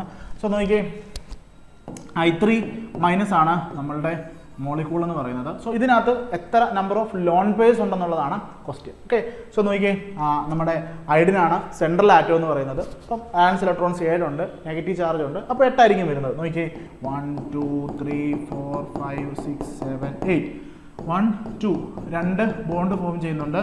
ഒരു ലോൺ പെയർ, രണ്ടാമത്തെ ലോൺ പെയർ ആൻഡ് മൂന്നാമത്തെ ലോൺ പെയർ. ഓക്കെ, സോ നമുക്കിവിടെ 3 ലോൺ പെയർ ആണുള്ളത്. സോ ഈ 3 ലോൺ പെയർ ആണെന്ന് പറഞ്ഞുകൊണ്ട് നമ്മൾ എന്ത് ചെയ്യും? ആൻസർ ബി എന്ന് പോയി മാർക്ക് ചെയ്യും. പക്ഷെ അല്ല, എന്താ ചോദിച്ചിരിക്കുന്നത്?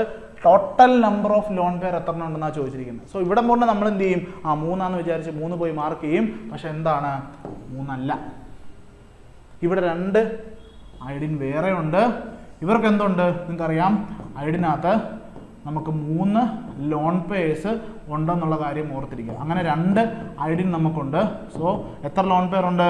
1 2 3 4 5 6 6 പിന്നെ ഈ 3 മൊത്തം 6 3 9 ലോൺ പെയർ ആണ് I3 മൈനസിനകത്ത് ഉള്ളത്. എത്ര ലോൺ പെയർ ആണ്? 9 ലോൺ പെയർ ആണ് I3 മൈനസിനകത്തുള്ളത്. സോ ഇത് ചില സമയത്ത് നിങ്ങൾക്ക് തെറ്റാനുള്ള പോസിബിലിറ്റി ഉണ്ട്. സോ അതുകൊണ്ട് അങ്ങ് പറഞ്ഞു എന്നുള്ളതേ ഉള്ളൂ. സോ 0 അല്ല, 6 അല്ല, എത്രയാണ്? 9 അല്ല, 9. എത്രണ്ണമാണ്? 9 എന്നുള്ളതാണ് ആൻസർ. ഓപ്ഷൻ ഡി ആണ് ഇതിൻ്റെ ആൻസർ വരുന്നത്. ഇത് 2012 ചോദിച്ചിട്ടുണ്ടായിരുന്നു. എനിക്ക് ഏറ്റവും ലേറ്റസ്റ്റ് ആയിട്ടുള്ള എക്സാമിലും ഈ ഒരു ക്വസ്റ്റ്യൻ ചോദിച്ചിട്ടുണ്ടായിരുന്നു. ഓക്കെ, സോ ഈ രീതിയിലുള്ള ക്വസ്റ്റ്യൻസ് വരുന്ന സമയത്ത് നമുക്ക് കൺഫ്യൂഷൻസ് ആവും. സോ നമ്മൾ ഇവിടെ കൊണ്ട് ചെയ്തിട്ട് 3 വിചാരിക്കും, പക്ഷേ 3 അല്ല. ക്വസ്റ്റ്യൻ ഒന്നുകൂടെ വായിച്ച് നോക്കണം. ഇതിനകത്ത് വേറെ എന്തെങ്കിലും പോസിബിലിറ്റീസ് ഉണ്ടോ എന്ന് എന്ത് ചെയ്യണം? ആലോചിക്കണം. സോ നമ്മൾ നോർമലി എന്താണ് ഇങ്ങനത്തെ ക്വസ്റ്റ്യൻസ് കാണുന്ന സമയത്ത് നമ്മൾ ഇവിടം വരെ കൊണ്ട് നമ്മൾ നിർത്താറാ പതിവ്. സോ അതുകൊണ്ടാണ് ഞാൻ പറഞ്ഞത്, നിങ്ങൾ നെറ്റിൻ്റെ ക്വസ്റ്റ്യൻ ഒരു ഹയർ ഓർഡർ ക്വസ്റ്റ്യനകത്ത് വേറെ എന്തെങ്കിലും വേരിയേഷൻസ് വരുന്നുണ്ടോ? ആ വേരിയേഷൻസ് ഉണ്ടെങ്കിലാണ് എന്ത് ചെയ്യുന്നത്? നമ്മൾ ആ തിങ്കിങ് പ്രോസസ്സ് എന്ത് ചെയ്യുന്നത്? പ്രോപ്പറാകുന്നത്. സോ ഈ ഒരു ക്വസ്റ്റ്യനകത്ത് ഇങ്ങനെ വന്നു. സോ ഇനി ഇങ്ങനത്തെ ക്വസ്റ്റ്യൻസ് വരുന്ന സമയത്ത് എന്ത് ചെയ്യും? Okay, total number of lone pair ആണ്. അപ്പോൾ ഇതിനകത്ത് ലോൺ പെയർ വരുന്നതുണ്ടോ എന്ന് നമ്മൾ എന്ത് ചെയ്യും? ചിന്തിക്കും. സോ ഈ ഒരു ക്വസ്റ്റ്യൻ ചെയ്യാത്ത ആളെ സംബന്ധിച്ച് എന്ത് ചെയ്യത്തില്ല? ആ ഒരു തോട്ട് പ്രോസസ്സ് നമ്മുടെ ബ്രെയിനകത്ത് നടക്കത്തില്ല. സോ അതുകൊണ്ടാണ് അങ്ങനത്തെ കുറേ അഡീഷണൽ ആയിട്ടുള്ള കാര്യങ്ങൾ നമുക്ക് കിട്ടാൻ വേണ്ടിയാണ് നമ്മൾ എന്ത് ചെയ്യുന്നത്? നെറ്റിൻ്റെയും ഗേറ്റിൻ്റെയും ക്വസ്റ്റ്യൻസ് ഒക്കെ നമ്മൾ പ്രാക്ടീസ് ചെയ്യുന്നത്. ഓക്കെ, സോ ആൻസർ വരുന്നത് ഡി ആണ്. 27ാമത്തെ ചോദ്യത്തിലേക്ക് പോകാം. Consider the compounds PF5, SbF5, PH3 and SbH3, the strongest acid and the strongest base among these. Okay, ഇതിനകത്ത് സ്ട്രോങ്ങസ്റ്റ് ആസിഡും സ്ട്രോങ്ങസ്റ്റ് ബേസും ഏതാണെന്നുള്ളതാണ് ക്വസ്റ്റ്യൻ. സോ നിങ്ങൾക്കറിയാം, സ്ട്രോങ്ങസ്റ്റ് ആസിഡ് എന്ന് പറയുന്നത് FbF5 ആയിരിക്കും. ബേസ് എന്ന് പറയുന്നത് ഇതുമായിട്ട് കമ്പയർ ചെയ്യുമ്പം PH3 ആയിരിക്കും. ആൻസർ വരുന്നത് ഏതാണ്? SbF5 ആൻഡ് PH3 ബി ആണ് ആൻസർ വരുന്നത്. സോ ജസ്റ്റ് അതിൻ്റെ ഒരു എക്സ്പ്ലനേഷൻ കൂടെ നമുക്ക് നോക്കാം. സോ PF5ൻ്റെ കേസിൽ അത് ഒരു മോഡറേറ്റ് ആസിഡിറ്റി കാണിക്കുന്നുണ്ട്. പക്ഷേ SbF5 ആയിട്ട് കമ്പയർ ചെയ്യുന്ന സമയത്ത് എന്താണ്? SbF5 തന്നെയാണ് സ്ട്രോങ്ങസ്റ്റ് ആസിഡ് എന്ന് പറയുന്നത്. അതിന് കാരണം അതിൻ്റെ large size, high oxidation state, അതുപോലെ തന്നെ സൂപ്പർ ആസിഡ്സ് ഫോം ചെയ്യാനുള്ള ഒരു ടെൻഡൻസി. നമ്മൾ മാജിക് ആസിഡ് എന്നൊക്കെ കേട്ടിട്ടുണ്ടാവും. HF ആയിട്ട് ചേരുന്ന സമയത്താണ് അതിനെ നമ്മൾ മാജിക് ആസിഡ് എന്നൊക്കെ വിളിക്കുന്നത്. സോ ബേസിക്കലി ആ ഒരു ടെൻഡൻസി കൊണ്ടാണ് ഏറ്റവും സ്ട്രോങ്ങസ്റ്റ് ആസിഡ് എന്ന് പറയുന്നത് ആരായിട്ട് മാറുന്നത്? SbF5 ആയിട്ട് മാറുന്നത്. So this is the strongest ആസിഡായിട്ട് മാറുന്നത് ആസ് കമ്പയർഡ് വിത്ത് PF5. ഇനി PH3യും SbH3യും തമ്മിൽ നമ്മൾ കമ്പയർ ചെയ്യുന്ന സമയത്ത് നമുക്കറിയാം PH3 ആണ് എന്ത് കൂടുതൽ? ബേസിസിറ്റി കൂടുതൽ. കാരണം എന്താണ്? It's stronger than SbH3 because it's smaller atom, localised lone pair ആണ്. എന്താണ്? കുറച്ചുകൂടെ ലോക്കലൈസ്ഡ് ആയിട്ടുള്ള ലോൺ പെയർ ആണ്. സോ അതുകൊണ്ട് തന്നെ PH3 ആണ് എന്തെന്ന് പറയുന്നത്? സ്ട്രോങ്ങസ്റ്റ് ബേസ് എന്ന് പറയുന്നത്. സോ നമ്മുടെ ക്വസ്റ്റ്യൻ്റെ ആൻസർ വരുന്നത് ബി ആയിരിക്കും. നെക്സ്റ്റ് ക്വസ്റ്റ്യനിലേക്ക് പോകാം. 28ാമത്തെ question. The order of increasing Bronsted acid of boron hydrates ആണ് ക്വസ്റ്റ്യൻ ചോദിച്ചിട്ടുള്ളത്. സോ ഈ രീതിയിൽ നിങ്ങൾക്ക് ക്വസ്റ്റ്യൻസ് ചോദിക്കുന്ന സമയത്ത് നമ്മൾ ബോറോൺ ഹൈഡ്രേറ്റ്സിൻ്റെ കേസിലാണ് ഡിസ്കസ് ചെയ്യുന്നത് കേട്ടോ. ഇത് ബോറോൺ ഹൈഡ്രേറ്റ്സിൻ്റെ കേസിലാണ് നമ്മൾ അപ്ലൈ ചെയ്തത്. സോ ബോറോൺ ഹൈഡ്രേറ്റ്സിൻ്റെ കേസിൽ അസിഡിറ്റി ചോദിക്കുന്ന സമയത്ത്, ഇവരുടെ അസിഡിറ്റി ചോദിക്കുന്ന സമയത്ത് നമ്മൾ ഫസ്റ്റ് നോക്കേണ്ട ഒരു കാര്യം, അസിഡിറ്റി എന്ന് പറയുന്നത് acidity directly proportional to number of empty non bonding molecular orbitals ആണ്. എന്താണ് അസിഡിറ്റി എന്ന് പറയുന്നത്? ഈ ഒരു സിസ്റ്റത്തിനകത്ത്, ഈ ഒരു ബോറോ ഹൈഡ്രേറ്റ്സിനകത്ത് എത്ര നമ്പർ ഓഫ് എംറ്റി ഓർബിറ്റൽസ്, എത്ര number of എംറ്റി non bonding orbitals ഉണ്ടോ അസിഡിറ്റി അത്രയും കൂടുതലായിരിക്കും. ഇനി ഈ നമ്പർ ഓഫ് എംറ്റി ഓർബിറ്റൽസ് എന്ന് പറയുന്നത് എങ്ങനെയാണ് കണ്ടുപിടിക്കുന്നത്? നമ്പർ ഓഫ് എംറ്റി ഓർബിറ്റൽസ് എന്ന് പറയുന്നത് ഇതെന്ന് പറയുന്നത് എന്താണ്? നമ്പർ ഓഫ് ബോറോൺ ആറ്റം നോക്കിയാൽ മതി. എന്താണ്? നമ്പർ ഓഫ് ബോറോൺ ആറ്റം നോക്കിയാൽ മതി. ബോറോൺ ആറ്റം ഒരു ബോറോൺ ആറ്റത്തിനകത്ത് ഒരു എംറ്റി ഓർബിറ്റൽ. അങ്ങനെ ബോറോൺ ആറ്റത്തിന് എണ്ണം കൂടുന്നതനുസരിച്ച് എന്ത് കൂടും? നമ്മുടെ എംറ്റി ഓർബിറ്റൽസ് എന്ത് ചെയ്യും? കൂടിക്കൊണ്ടിരിക്കും. സോ എംറ്റി ഓർബിറ്റൽസ് കൂടി കഴിഞ്ഞാൽ അസിഡിറ്റി കൂടും. സോ ബേസിക്കലി നമുക്ക് എങ്ങനെ പറയാം? അസിഡിറ്റി എന്ന് പറയുന്നത് നമ്പർ ഓഫ് ബോറോൺ ആറ്റം കൂടുന്നതനുസരിച്ച് കൂടും. അതാണ് അസിഡിറ്റി എന്ന് പറയുന്നത്. നമ്പർ ഓഫ് ബോറോൺ ആറ്റം കൂടുന്നതനുസരിച്ച് കൂടും നമുക്ക് എന്ത് ചെയ്യാൻ പറ്റും? പറയാനായിട്ട് സാധിക്കും. സോ അതാണ് നമ്മുടെ കൺസെപ്റ്റ് എന്ന് പറയുന്നത്. സോ നോക്കുക, B10 നമുക്ക് ഏതൊക്കെയാണ് ഉള്ളത് നോക്കിയേ. B10 ഉണ്ട്, B6 ഉണ്ട്, B5 ഉണ്ട്. സോ ബേസിക്കലി ഏറ്റവും കൂടുതൽ എന്താ വരുന്നത്? അസിഡിറ്റിയാണ്. സോ ഏറ്റവും കൂടുതൽ അസിഡിറ്റി വരേണ്ടത് ഏതിനായിരിക്കും? B10 ആയിരിക്കണം. ദെൻ B6 ആയിരിക്കണം. ദെൻ B5 ആയിരിക്കണം. ആൻസർ വരുന്നത് A ആയിരിക്കും അല്ലേ? ആൻസർ വരുന്നത് A ആയിരിക്കും. സോ ഈ രീതിയിൽ വേണം നിങ്ങൾ ബോറോൺ ഹൈഡ്രേറ്റ്സിൻ്റെ അസിഡിറ്റി ചോദിക്കുന്ന സമയത്ത് ക്വസ്റ്റ്യൻ അപ്രോച്ച് ചെയ്യാനായിട്ട്. സോ ആൻസർ വരുന്നത് A ആയിരിക്കും. സോ B10 ഇതിനകത്ത് 10 എംറ്റി നോൺ ബോണ്ടിങ് ഓർബിറ്റൽസ് ഉണ്ട്. മാക്സിമം അസിഡിറ്റി വരുന്നത് ഇതിനായിരിക്കും. ദെൻ B6, ദെൻ B5 ആ ഒരു ഫോർമാറ്റിലായിരിക്കും പോവുക. ഓക്കെ, സോ അത് ഓർത്തിരിക്കാനായിട്ട് ശ്രമിക്കുക. നെക്സ്റ്റ് 29ാമത്തെ question. The reaction between SbF5 and 2 equivalence of HF. എന്താ റിയാക്ഷൻ? എന്താ? നമ്മുടെ സ്ട്രോങ്ങസ്റ്റ് ആസിഡ് ആയിട്ടുള്ള SbF5 പ്ലസ് 2HF എന്താ കിട്ടുന്നത്? നമുക്കൊരു അയോണിക് സോൾട്ട് ആണ്. FbF6 മൈനസ് അല്ലേ? ഇതാണ് നമുക്ക് കിട്ടുന്നത്. ഓക്കെ, ഇതാണ് നമ്മൾ ആസിഡ്സ് ആൻഡ് ബേസിനകത്ത് ഇതിൻ്റെ റിയാക്ഷൻസും മറ്റു കാര്യങ്ങളൊക്കെ പഠിച്ചായിരുന്നു. സോ ബേസിക്കലി നമുക്ക് HF ആയിട്ട് റിയാക്ട് ചെയ്യുന്ന സമയത്ത് ഈ ഒരു അയോണിക് സോൾട്ട് ആണ് കിട്ടുന്നത്. സോ ഇതിൻ്റെ ജോമെട്രി എന്ന് പറയുന്നത് ഒക്ടാഹെഡ്രൽ ആയിരിക്കും. എന്താണ്? ഒക്ടാഹെഡ്രൽ ജോമെട്രി ആയിരിക്കും അത് ഫോളോ ചെയ്യുന്നത്. ഇതിൻ്റെ സ്ട്രക്ചർ എന്ന് പറയുന്നത് ലീനിയർ ആയിരിക്കും. ഓക്കെ, സോ ഞാൻ നേരെ എക്സ്പ്ലനേഷനിലേക്ക് പോവാണ്. സോ റിയാക്ഷൻ എന്താണ്? ഇതാണ് നമ്മുടെ റിയാക്ഷൻ എന്ന് പറയുന്നത്. So this A fundamental reaction that forms the basis of magic acid which is the strongest or which is a super acid mixture of SbF5 and HF. So it is very stable and it's an octahedral anion and H2F positive is a proton is formed by the protonation of HF. എന്താണ്? HFനെ പ്രോട്ടോണേറ്റ് ചെയ്യുമ്പോഴാണ് നമുക്ക് ഈ ഒരു ഫോമിലേക്ക് മാറുന്നത്. അത് എന്താണ്? ഒരു സ്ട്രോങ്ങസ്റ്റ് പ്രോട്ടോൺ ഡോണർ ആയിട്ട് ആക്ട് ചെയ്യും. സോ ബേസിക്കലി നമ്മുടെ റിയാക്ഷൻ എന്ന് പറയുന്നത് എന്താണ്? ഇതാണ് നമ്മുടെ റിയാക്ഷൻ. ആൻസർ വരുന്നത് D ആയിരിക്കും. ആൻസർ വരുന്നത് SbF6 മൈനസ് H2F പോസിറ്റീവ്. ഈ ഒരു അയണിക് ഫോമിലായിരിക്കും അത് എക്സിസ്റ്റ് ചെയ്തത്. സോ ചിലപ്പോൾ ചോദിക്കാം ഇതിൻ്റെ ജോമെട്രി എന്താണെന്ന് ചോദിക്കാം. ജോമെട്രി ഒക്ടാഹെഡ്രൽ ജോമെട്രിയാണ്. ആനോയുടെ ജോമെട്രി എന്താണ്? ഒക്ടാഹെഡ്രൽ ജോമെട്രിയാണ്. ഓക്കെ, നെക്സ്റ്റ് 30ാമത്തെ ചോദ്യം. Alkali metal super oxides are obtained by the reaction of. Okay, എന്താണ്? ആൽക്കലി മെറ്റൽ സൂപ്പർ ഓക്സൈഡ്സ് എങ്ങനെയാണ് ഫോം ചെയ്യുന്നതാണ് ചോദിച്ചിരിക്കുന്നത്. Oxygen with alkali metal liquid ammonia, water with alkali metal in liquid ammonia, H2O2 with alkali metals, H2O2 with alkali metals in liquid ammonia. So എന്തായാലും water with alkali metal അല്ല, H2O2 with alkali metal അല്ല, ഇതും അല്ല എന്ന് മനസ്സിലായി. പിന്നെ പോയിട്ട് ഏതാണ്? Oxygen. Excess of oxygen with alkali metal liquid ammonia എന്ത് പ്രൊഡ്യൂസ് ചെയ്യുന്നുണ്ട്? സൂപ്പർ ഓക്സൈഡ് ഫോം ചെയ്യുന്നുണ്ട്. സോ ആ ഒരു കാര്യം നമ്മൾ ഓർത്തിരിക്കുക. എനിക്ക് തോന്നുന്നു സൂപ്പർ ഓക്സൈഡ്സ് പറഞ്ഞ സമയത്ത് നമ്മൾ ഇതിനെക്കുറിച്ച് ഡിസ്കസ് ചെയ്തിട്ടുണ്ടായിരുന്നു. സോ ആൻസർ വരുന്നത് A ആണ് വരുന്നത്. So oxygen with alkali metal in liquid ammonia is A common method for preparing the super oxides when alkali metals especially potassium, റുബിഡിയം and caesium they are heavier ones which react directly with the oxygen. They form super oxides and liquid ammonia and can be used as a solvent to control the reaction. അതാണ് നമ്മൾ പറഞ്ഞ ആദ്യത്തെ കാര്യം. So basically അതാണ് general ആയിട്ട് common ആയിട്ടുള്ള ഒരു preparation മെത്തേഡാണ്. ഇനി ആൽക്കലി മെറ്റൽസ് വാട്ടറുമായിട്ട് റിയാക്ട് ചെയ്യുന്ന സമയത്ത് നമുക്ക് ഹൈഡ്രജൻ ഗ്യാസും ഒക്കെ പ്രൊഡ്യൂസ് ചെയ്യുന്നുണ്ട്, ഹൈഡ്രോക്സൈഡ് ഒക്കെ പ്രൊഡ്യൂസ് ചെയ്യുന്നുണ്ട്. പക്ഷേ സൂപ്പർ ഓക്സൈഡ് എന്ത് ചെയ്യുന്നില്ല? പ്രൊഡ്യൂസ് ചെയ്യുന്നില്ല. അതുപോലെ തന്നെയാണ് H2O2 ആയിട്ട് റിയാക്ട് ചെയ്യുന്ന റിയാക്ഷനകത്തും സൂപ്പർ ഓക്സൈഡ്സ് എന്ത് ചെയ്യുന്നില്ല? പ്രൊഡ്യൂസ് ചെയ്യുന്നില്ല എന്നുള്ള കാര്യം ഓർത്തിരിക്കുക. So they produce hydroxides and oxygen. Decomposition ആണ്, H2O2ന്റെ ഡീകമ്പോഷൻ ആണ് നടക്കുന്നത്. സോ അവിടെ സൂപ്പർ ഓക്സൈഡ്സ് ഒന്നും തന്നെ ഫോം ചെയ്യുന്നില്ല. വാട്ടറുമായിട്ടുള്ള റിയാക്ഷനിലും ഫോം ചെയ്യുന്നില്ല, H2O2 ആയിട്ടുള്ള റിയാക്ഷനിലും ഫോം ചെയ്യുന്നില്ല. പക്ഷേ ഫോം ചെയ്യുന്ന എവിടെയാണ്? ആൽക്കലി മെറ്റൽസ് ഓക്സിജനുമായിട്ട് റിയാക്ട് ചെയ്യുന്ന സമയത്ത്, ലിക്വിഡ് അമോണിയയിൽ റിയാക്ട് ചെയ്യുന്ന സമയത്താണ് ഫോം ചെയ്യുന്നത്. എനിക്ക് തോന്നുന്നു നമ്മൾ ലിക്വിഡ് അമോണിയയുടെ സിഗ്നിഫിക്കൻസ് ആപ്ലിക്കേഷൻസ് പറയുന്ന സമയത്ത് ഈ ഒരു സൂപ്പർ ഓക്സൈഡ് ഫോർമേഷൻ പറഞ്ഞിട്ടുണ്ട്. നിങ്ങൾ നോട്ട് ചെക്ക് ചെയ്താൽ മതിയാവും. നെക്സ്റ്റ് 31ാമത്തെ ചോദ്യം, the oxidation state of sulphur in dithionous acid and dithionic dithionous acid and dithionic acid. Okay, തയോണസും തയോണിക്കും. ഓക്കെ, സോ അത് കറക്റ്റായിട്ട് നിങ്ങൾ അറിഞ്ഞിരിക്കണമെങ്കിൽ ആ പേര് മാത്രമേ അവിടെ കൊടുത്തിട്ടുള്ളൂ. സോ തയണസിനകത്ത് ഫോർമുല എന്താ? H2S2O4 ആണ്. തയണിക് ആണെങ്കിലോ H2S2O6 അല്ലേ? നോക്കിയേ, ഹൈഡ്രജൻ്റെ കേസിൽ +1 ആണ് അതിൻ്റെ എന്തെന്ന് പറയുന്നത് ഓക്സിഡേഷൻ സ്റ്റേറ്റ് എന്ന് പറയുന്നത്. സോ ഓക്സിജൻ നിങ്ങൾക്കറിയാം -2 ആണ്. സോ 4 എണ്ണം ഉണ്ട്. സോ 4 എണ്ണം വരുന്ന സമയത്ത് നമുക്ക് ഏതാ കണ്ടുപിടിക്കേണ്ടത്? S2നെയാണ് കണ്ടുപിടിക്കേണ്ടത്, സൾഫറിനെയാണ് കണ്ടുപിടിക്കേണ്ടത്.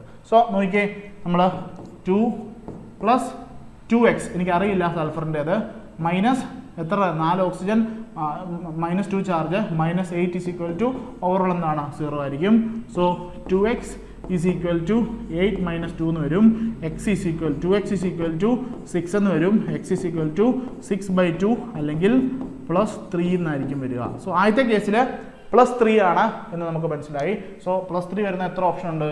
2 ഓപ്ഷൻ ഉണ്ട്. ബാക്കി 2 ഓപ്ഷൻ എന്ത് ചെയ്യുക? എലിമിനേറ്റ് ചെയ്യുക. ഇനി ഈ കേസിലോ? ഈ കേസിലും +1 - 2. നോക്കിയേ, 2 + 2x - 12 = 0 എന്ന് വരും. 2x = 12 - 2 എന്ന് വരും. 2x = 10 എന്ന് വരും. x = 10/2 എന്ന് വരും, അതായത് 5. സോ രണ്ടാമത്തെ കേസിൽ തയോണിക്കിൻ്റെ കേസിൽ എന്താ സംഭവിക്കുന്നത്? +5 ആണ് വരുന്നത്. സോ +3 ആൻഡ് +5 എന്ന് പറയുന്നതാണ് അതിൻ്റെ ആൻസർ സി ആയിരിക്കും. സോ ഈ ഒരു കേസിൽ ഇങ്ങനെ ചിലപ്പം പേരായിട്ടും ചോദിക്കാം, തയണസും തയോണിക്കും. Okay, H2O4ഉം H2O6.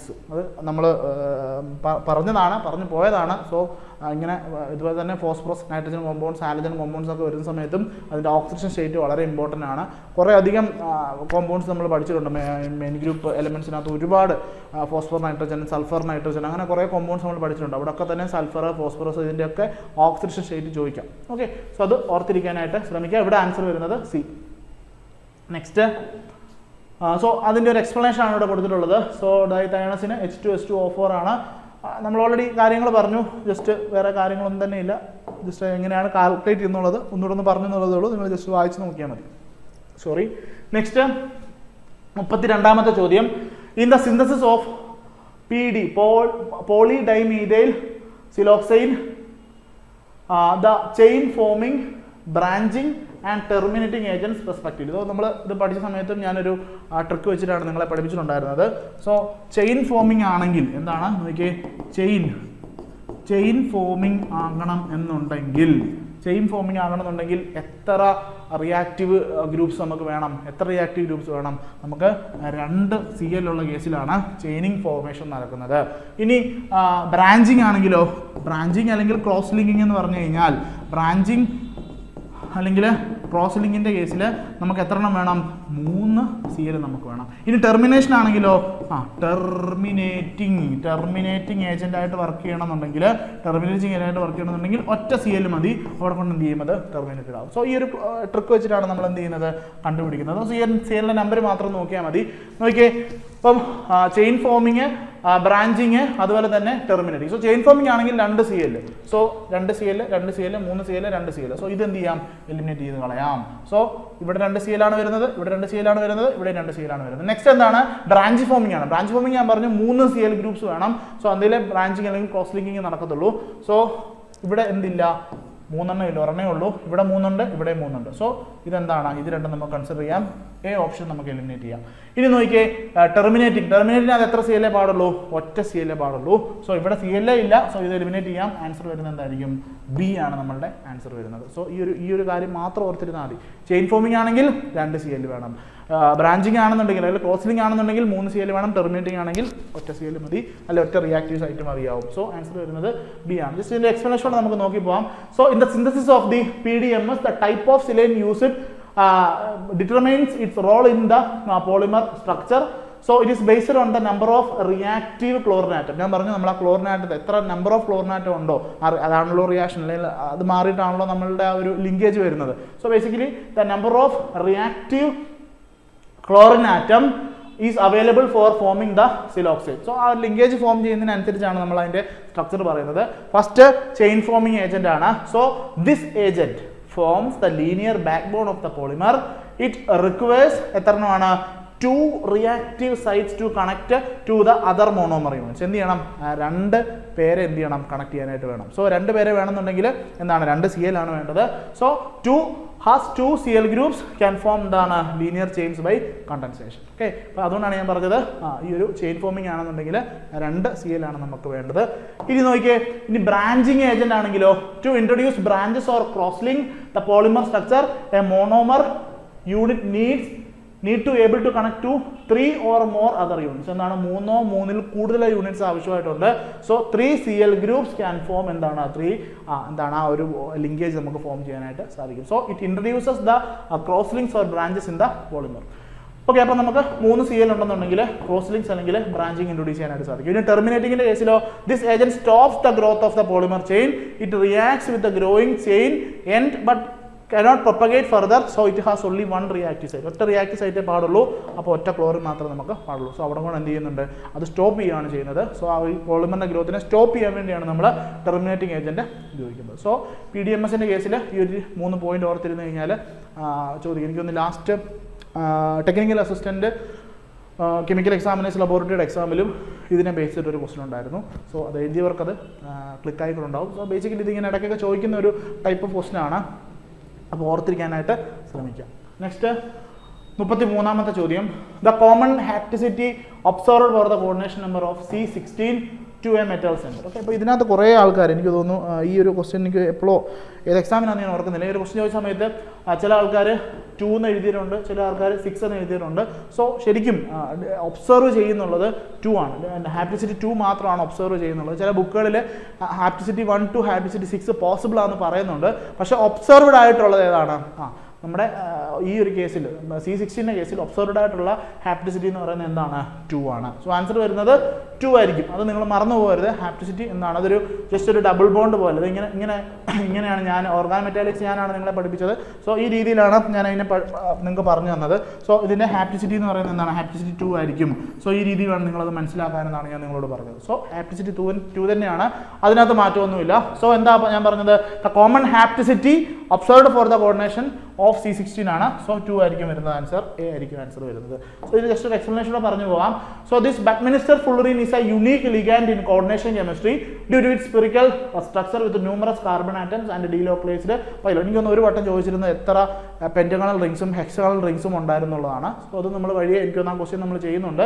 When the C60 coordinates to a metal center, it does not typically it does so through the double bond. Okay, ഞാൻ പറഞ്ഞില്ല, ഒരു ഡബിൾ ബോണ്ട് ആണ് അവിടെ കോമൺ ആയിട്ട് എന്ത് ചെയ്യുന്നത്? ഈ ഒരു ബോണ്ട് ഫോമിങ് ചെയ്യുന്നത്. സോ അതുകൊണ്ട് തന്നെ ആ ഒരു ഹാപ്റ്റിസിറ്റി 2 എന്നുള്ള രീതിയിൽ നിങ്ങൾ അതിനെ ഓർത്തിരുന്നാൽ മതി. സോ ബാക്കി പോയിന്റുകളൊക്കെ ഇവിടെ കൊടുത്തിട്ടുണ്ട്, നിങ്ങൾ ജസ്റ്റ് ഒന്ന് വായിച്ച് നോക്കിയാൽ മതിയാവും. ഓക്കെ, സോ നമ്മുടെ പോയിന്റ് നമ്മൾ പറഞ്ഞു. നമ്മൾ നെക്സ്റ്റ് ക്വസ്റ്റിനിലേക്ക് പോവാണ്. നമുക്ക് അധികം സമയമില്ല, നേരെ അടുത്തടുത്ത കൂടുതൽ ചോദ്യങ്ങൾ നമുക്ക് ചെയ്യണമല്ലോ. നെക്സ്റ്റ് 34ാമത്തെ ചോദ്യം. The magnitude of bond angle in gaseous NF3, SbF3 and CbCl3 follow the order. ആരൊക്കെയാണ്? NF3, SbF3 and SbCl3. So നമ്മൾ ബോണ്ട് ആംഗിളിൻ്റെ കേസിൽ നമ്മൾ ജനറൽ റൂൾ ഞാൻ നിങ്ങളെ പഠിപ്പിച്ചിട്ടുണ്ട്. സോ നമ്മൾ ഇവിടുത്തെ കേസിൽ നോക്കുക, സെൻട്രൽ ആറ്റത്തിൻ്റെ ഇലക്ട്രോനെഗറ്റിവിറ്റി, സറൗണ്ടിങ് ആറ്റത്തിൻ്റെ ഇലക്ട്രോനെഗറ്റിവിറ്റി, ആ ഒരു കൺസെപ്റ്റാണ് ഇവിടെ അപ്ലൈ ചെയ്യേണ്ടത്. സോ നമ്മൾ എന്താ പഠിച്ചിട്ടുള്ളത്? ബോണ്ട് ആംഗിൾ എന്ന് പറയുന്നത് it's directly proportional to the electronegativity of central atom. എന്താണ്? സെൻട്രൽ ആറ്റത്തിൻ്റെ ഇലക്ട്രോനെഗറ്റിവിറ്റിക്ക് ഡയറക്ട്ലി പ്രൊപ്പോർഷണൽ ആണ്. പക്ഷേ ബോണ്ട് ആംഗിൾ എന്ന് പറയുന്നത്, നോക്കിയേ, ബോണ്ട് ആംഗിൾ എന്ന് പറയുന്നത് it's inversely proportional to the electronegativity on surrounding atom.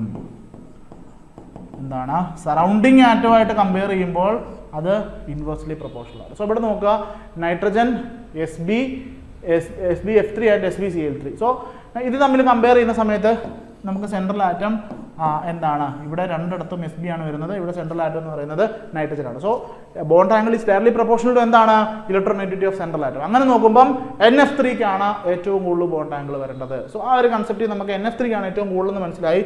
അത് വെച്ചിട്ട് നമ്മൾ ഈ രണ്ട് ഓപ്ഷൻ എന്ത് ചെയ്തു, എലിമിനേറ്റ് ചെയ്ത് കളഞ്ഞു. പിന്നെ പോയിട്ട് രണ്ട് ഓപ്ഷൻസിനകത്ത് NF3-ക്ക് മാക്സിമം വരുന്നുണ്ട്. ഇനി ഇതിനകത്ത് ഏതാണെന്ന് എങ്ങനെ മനസ്സിലാക്കണം? ഇതിനകത്ത് മനസ്സിലാക്കണമെങ്കിൽ ഇത് തമ്മിലാണ് ഇനി അടുത്ത കമ്പാരിസൺ വരുന്നത്. ആരൊക്കെയാണ്?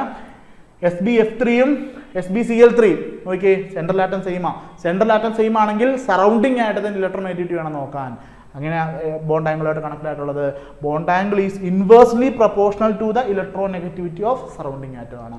അതായത് സറൗണ്ടിങ് ആറ്റത്തിന് ഇലക്ട്രോനെഗറ്റിവിറ്റി കൂടുതലാണെങ്കിൽ ബോണ്ട് ആംഗിൾ എന്തായിരിക്കും, കുറവായിരിക്കും. സോ ഇത് തമ്മിൽ കമ്പയർ ചെയ്യുമ്പോൾ ആരാണ് FbCl3-യും FbF3-യും തമ്മിൽ കമ്പയർ ചെയ്യുമ്പോൾ ബോണ്ട് ആംഗിൾ ആർക്കാണ് കൂടുതൽ? ബോണ്ട് ആംഗിൾ കൂടുതൽ വരുന്നത് SbCl3-ക്കാണ്, F3-ക്കല്ല Cl3-ക്കാണ്. കാരണം എന്താണ്? സെൻട്രൽ ആറ്റം സെയിം ആണ്, സറൗണ്ടിങ് ആറ്റത്തിന് ഇലക്ട്രോനെഗറ്റിവിറ്റി നോക്കുന്നു, സറൗണ്ടിങ് ആറ്റത്തിന് ഇലക്ട്രോനെഗറ്റിവിറ്റി കൂടുന്നതനുസരിച്ച് ബോണ്ട് ആംഗിൾ എന്ത് ചെയ്യും, കുറയും. സോ അതാണ് നമ്മുടെ കൺസെപ്റ്റ് എന്ന് പറയുന്നത്. സോ SbCl3 ദെൻ FbF3 ആണ്. ഏറ്റവും കുറവ് വരുന്നത് SbF3-ക്കായിരിക്കും. സോ ആൻസർ വരുന്നത് ഏതാണ്? ഇതല്ല, ആൻസർ വരുന്നത് D ആയിരിക്കും. സോ ആൻസർ വരുന്നത് D ആയിരിക്കും. സോ 34-ന്റെ ആൻസർ D ആയിരിക്കും. ഓക്കെ, 34-ന്റെ ആൻസർ D ആയിരിക്കും.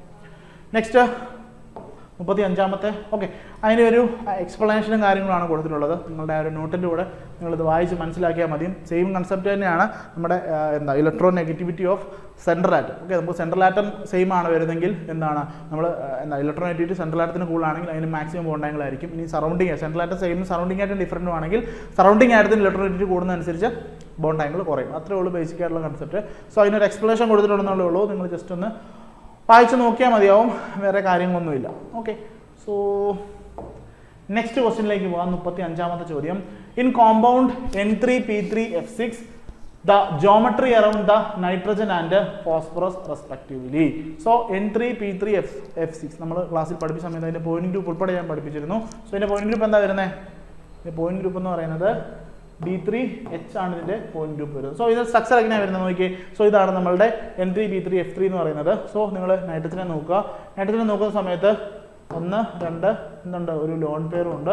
സോ 3 ബോണ്ട് പെയർ ആണ്, 2 ബോണ്ട് പെയറും 1 ലോൺ പെയറും. സോ എന്താണ് സ്ട്രക്ചർ നമ്പർ 3 ആണ് വരുന്നത്. sp2 hybridisation and trigonal planar geometry ആയിരിക്കും വരുന്നത്. സോ ജോമെട്രി അറൗണ്ട് നൈട്രജൻ നോക്കിയേ.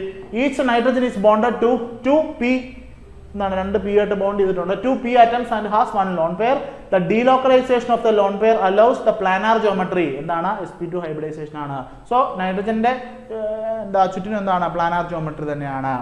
ഇനി നമ്മൾ ഫോസ്ഫറസിന്റെ ജോമെട്രി നോക്കിയേ. ഫോസ്ഫറസിനകത്ത് 2 F ആയിട്ട് അതിന് ബോണ്ട് ഉണ്ട്, അതുപോലെ തന്നെ 2 വേറെ ബോണ്ട് ഫോം ചെയ്യുന്നുണ്ട്. സോ സ്റ്റെറിക് നമ്പർ 4 ആണ് വരുന്നത്. സ്റ്റെറിക് നമ്പർ 4 ആണെങ്കിൽ sp3 ഹൈബ്രിഡൈസേഷൻ ടെട്രാഹെഡ്രൽ ജോമെട്രി ആണ് വരേണ്ടത്. നോക്കിയേ, each p is bonded to 2 nitrogen atom and 2 F atom. So it makes 4 sigma bonds suggesting sp3 hybridization and the geometry around the phosphorus എന്ന് പറയുന്നത് എന്തായിരിക്കും, tetrahedral ആയിരിക്കും. ഞാൻ പറഞ്ഞു ഇതിന് എന്ത് ആക്സിസ് ആണ് ഉള്ളത്, ഒരു C3 ആക്സിസ് ഉണ്ട്. എന്തുണ്ട്? C3 ആക്സിസ് ഉണ്ട്. ഇതിന്റെ പോയിന്റ് ഗ്രൂപ്പ് വരുന്നത് D3H ആണ്. പോയിന്റ് ഗ്രൂപ്പ് വരുന്നത് D3H ആണ്. മറന്നു പോകരുത്, ഇത് ഒരു വട്ടം ക്വസ്റ്റ്യൻ ചോദിച്ചിട്ടുണ്ടായിരുന്നു.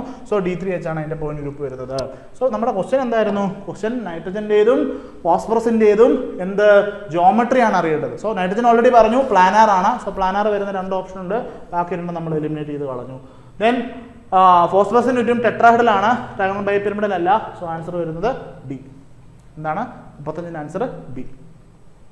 നോക്കിയേ, നെക്സ്റ്റ് ക്വസ്റ്റ്യനിലേക്ക് പോവാം. 36-ാമത്തെ ചോദ്യം. ഡൈബോറൈൻ്റെ റിയാക്ഷൻ ആണ്. So B2H6 reacts with first statement A എന്ന് പറഞ്ഞുള്ള statement water to give boric acid and H2, oxygen to give B2O3 and H2, water to give boric acid and H2O, oxygen to give B2O3 and H2. So ഇതിനകത്ത് correct ആയിട്ടുള്ള statement ഏതാണെന്നാണ് ചോദ്യം. Okay, so നമുക്കറിയാം diborane എന്ന് പറയുന്നത് വാട്ടറുമായിട്ട് react ചെയ്യുന്ന സമയത്ത് എന്താ ഫോം ചെയ്യുന്നത്, ബോറിക് ആസിഡ് ആണ്. ബോറിക് ആസിഡിന്റെ കൂടെ, ഇത് ഇപ്പോഴും കൺഫ്യൂസിംഗ് ആണ്, ബോറിക് ആസിഡിന്റെ കൂടെ ആരാണ്, ഹൈഡ്രജൻ ഗ്യാസ് ആണ് ലിബറേറ്റ് ചെയ്യുന്നത്. എന്താണ്, മറന്നു പോകരുത്, ഡൈബോറൈൻ വാട്ടറുമായിട്ട് റിയാക്ട് ചെയ്യുന്ന സമയത്ത് ബോറിക് ആസിഡ് ആണ് ഫോം ചെയ്യുന്നത്, ബോറിക് ആസിഡിന്റെ ഹൈഡ്രജൻ ഗ്യാസ് ആണ് ഇവോൾവ് ചെയ്യുന്നത്. സോ ഈ ഒരു സ്റ്റേറ്റ്മെന്റ് കറക്റ്റ് ആണ്. ഇനി ഓക്സിജനുമായിട്ട് റിയാക്ട് ചെയ്യുന്ന സമയത്ത് B2O3 ഫോം ചെയ്യുന്നുണ്ട്, പക്ഷെ അവിടെ വാട്ടർ ആണ് ഫോം ചെയ്യുന്നത്, ഹൈഡ്രജൻ അല്ല. ആരാണ്, വാട്ടർ, H2 ആണ് ഫോം ചെയ്യുന്നത്. സോ ഈ സ്റ്റേറ്റ്മെന്റ് റോങ് ആണ്. ഇത് റോങ് ആണ്, കാരണം വാട്ടർ അല്ല ഹൈഡ്രജൻ ആണ് ചെയ്യേണ്ടത്. So oxygen to give B2O3 and H2O. So ആ ഒരു സ്റ്റേറ്റ്മെന്റ് കറക്റ്റ് ആണ്. സോ എയും കറക്റ്റ് ആണ്, ഡിയും കറക്റ്റ് ആണ്. Okay, so A and D വരുന്നത് ബി ആണ്, ആൻസർ ബി ആയിരിക്കും വരുന്നത്. ഓക്കെ, സോ എക്സ്പ്ലനേഷനിലേക്ക് പോകാം. ഈ റിയാക്ഷൻ മറന്നു പോകരുത്. ഡൈബൊറൈൻ വാട്ടറുമായിട്ട് റിയാക്ട് ചെയ്യുന്ന സമയത്ത് ബോറിക് ആസിഡും H2 ആണ് ഫോം ചെയ്യുന്നത്.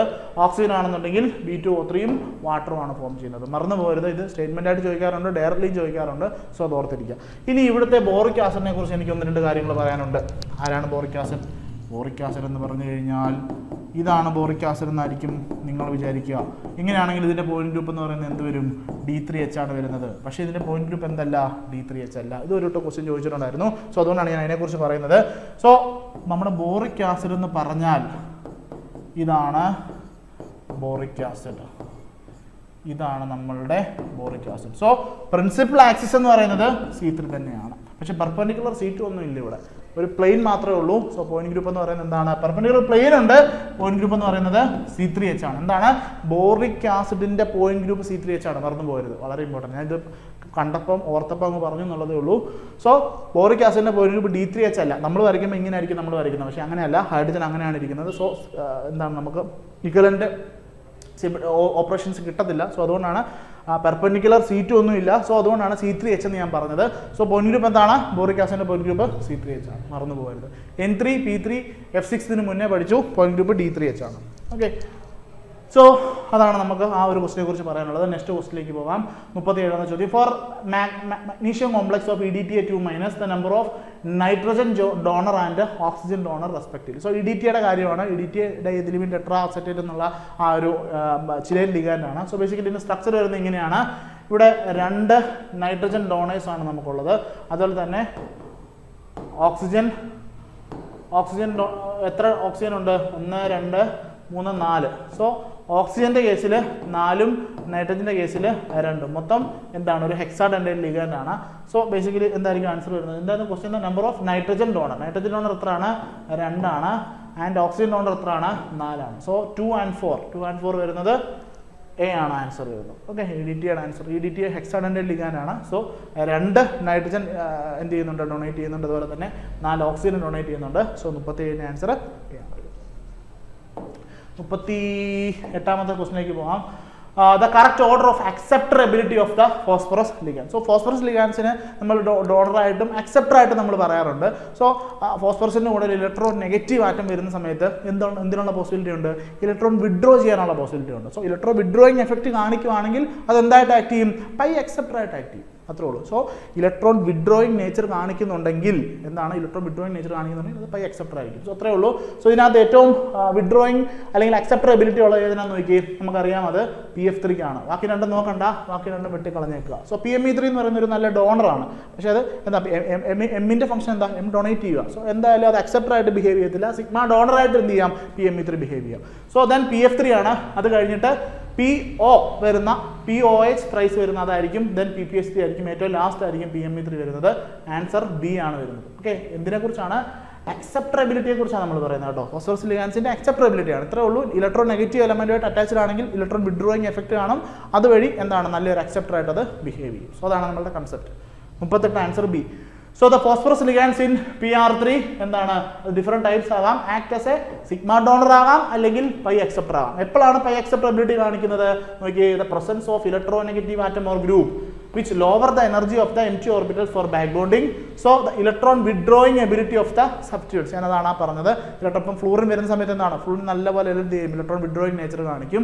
അതുപോലെ തന്നെ ability to accept the d pi back bonding from the metal d orbital. So അതിനെയാണ് നമ്മൾ ബേസിക്കലി എന്തെന്ന് വിളിക്കുന്നത്? അക്സെപ്റ്റബിലിറ്റി എന്ന് വിളിക്കുന്നത്. സോ നമ്മുടെ ആ ഒരു സബ്സ്റ്റിറ്റ്യൂവൻസിന് ഇലക്ട്രോൺ വിഡ്രോയിങ് നേച്ചർ ഉണ്ടെങ്കിൽ മാക്സിമം അക്സെപ്റ്റബിലിറ്റി നിങ്ങൾക്ക് കാണും. ഓക്കെ, നെക്സ്റ്റ് 39ാമത്തെ question. The reaction of decaborane B ten H14 with acetylene in presence of ET2S gives. Okay, ഇത് വളരെ ഫേമസ് ആയിട്ടുള്ള ഒരു റിയാക്ഷൻ ആണ്. നമ്മൾ ഈ ഒരു റിയേജൻ്റെ കാര്യം നമ്മൾ പറഞ്ഞിരുന്നു. നമ്മൾ മെഡിസിനൽ വാല്യൂ ഒക്കെ ഉള്ള ഒരു കാർബറൈനാണ് നിങ്ങൾക്ക് കിട്ടുന്നുള്ളത്. സോ ബീറ്റൻ H14 പ്ലസ്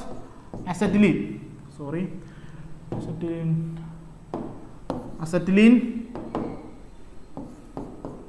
ഇതാണ് നമ്മുടെ അസറ്റിലീൻ എന്ന് പറയുന്നത്. ഇൻ പ്രസൻസ് ഓഫ് ഇതൊരു ലൂയിസ് ആസിഡായിട്ടാണ് ആക്ട് ചെയ്യുന്നത്. ദെൻ നമുക്ക് കിട്ടുന്ന എന്തായിരുന്നു C2 beaten H12 C2 beaten H12 എന്നുള്ള ഒരു കാർബറൈനാണ് നമുക്ക് കിട്ടുന്നത്. നമ്മൾ ഈ ഒരു കാർബറൈനെ കുറിച്ച് കുറേ അധികം കാര്യങ്ങൾ പഠിച്ചിരുന്നു. ഇതിന് എത്ര ഐസോമേഴ്സ് പോസിബിൾ ആണ്? 3 ഐസോമേഴ്സ് പോസിബിൾ ആണ്. ഏതൊക്കെ ഐസോമേഴ്സ്? 1,2 ഐസോമർ എന്ന് വിളിക്കും, അതിനെ നമ്മൾ ഓർത്തോ എന്ന ഓമന പേരിൽ വിളിച്ചു.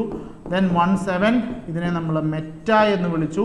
ദെൻ 1,12 ഐസോമർ ഇതിനെ നമ്മൾ പാര എന്ന് വിളിച്ചു. ഓക്കെ, സോ ഈ ഒരു കാർബറൈൻ വളരെ ഇമ്പോർട്ടൻ്റ് ആണ്. സോ ബീറ്റൻ H14 നമ്മൾ എന്ത് ചെയ്യുന്നു? അസിറ്റിലീനായിട്ട് ട്രീറ്റ് ചെയ്യുന്ന സമയത്ത് ഇൻ പ്രസൻസ് ഓഫ് ETS എന്ത് കിട്ടുന്നു? നമുക്ക് ഈ ഒരു C2 ബീറ്റൻ H12 എന്നുള്ള കാർബറൈൻ ആണ് കിട്ടുന്നത്. സോ ആൻസർ വരുന്നത് എന്താണ്? ആൻസർ വരുന്നത് എ ആയിരിക്കും. ഓക്കെ, ആൻസർ വരുന്നത് എ ആയിരിക്കും. സോ ഈ ഒരു കാർബറൈൻ എന്തുണ്ട്?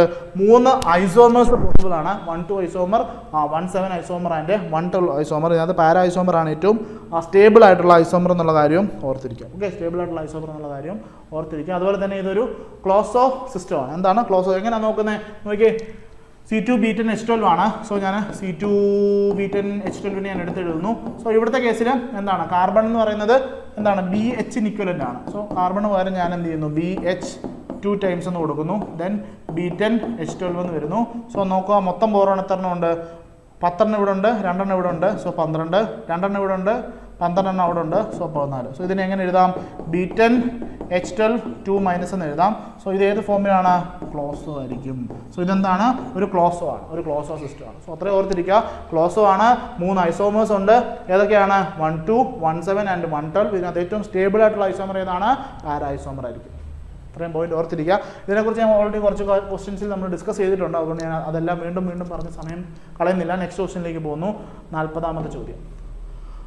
The number of 3-center 2-electron bonds in AlBH4 3 times is. Okay, ഇതിൻ്റെ സ്ട്രക്ചർ നമ്മൾ നോക്കേണ്ടതായിട്ടുണ്ട്, പഠിക്കേണ്ടതായിട്ടുണ്ട്. So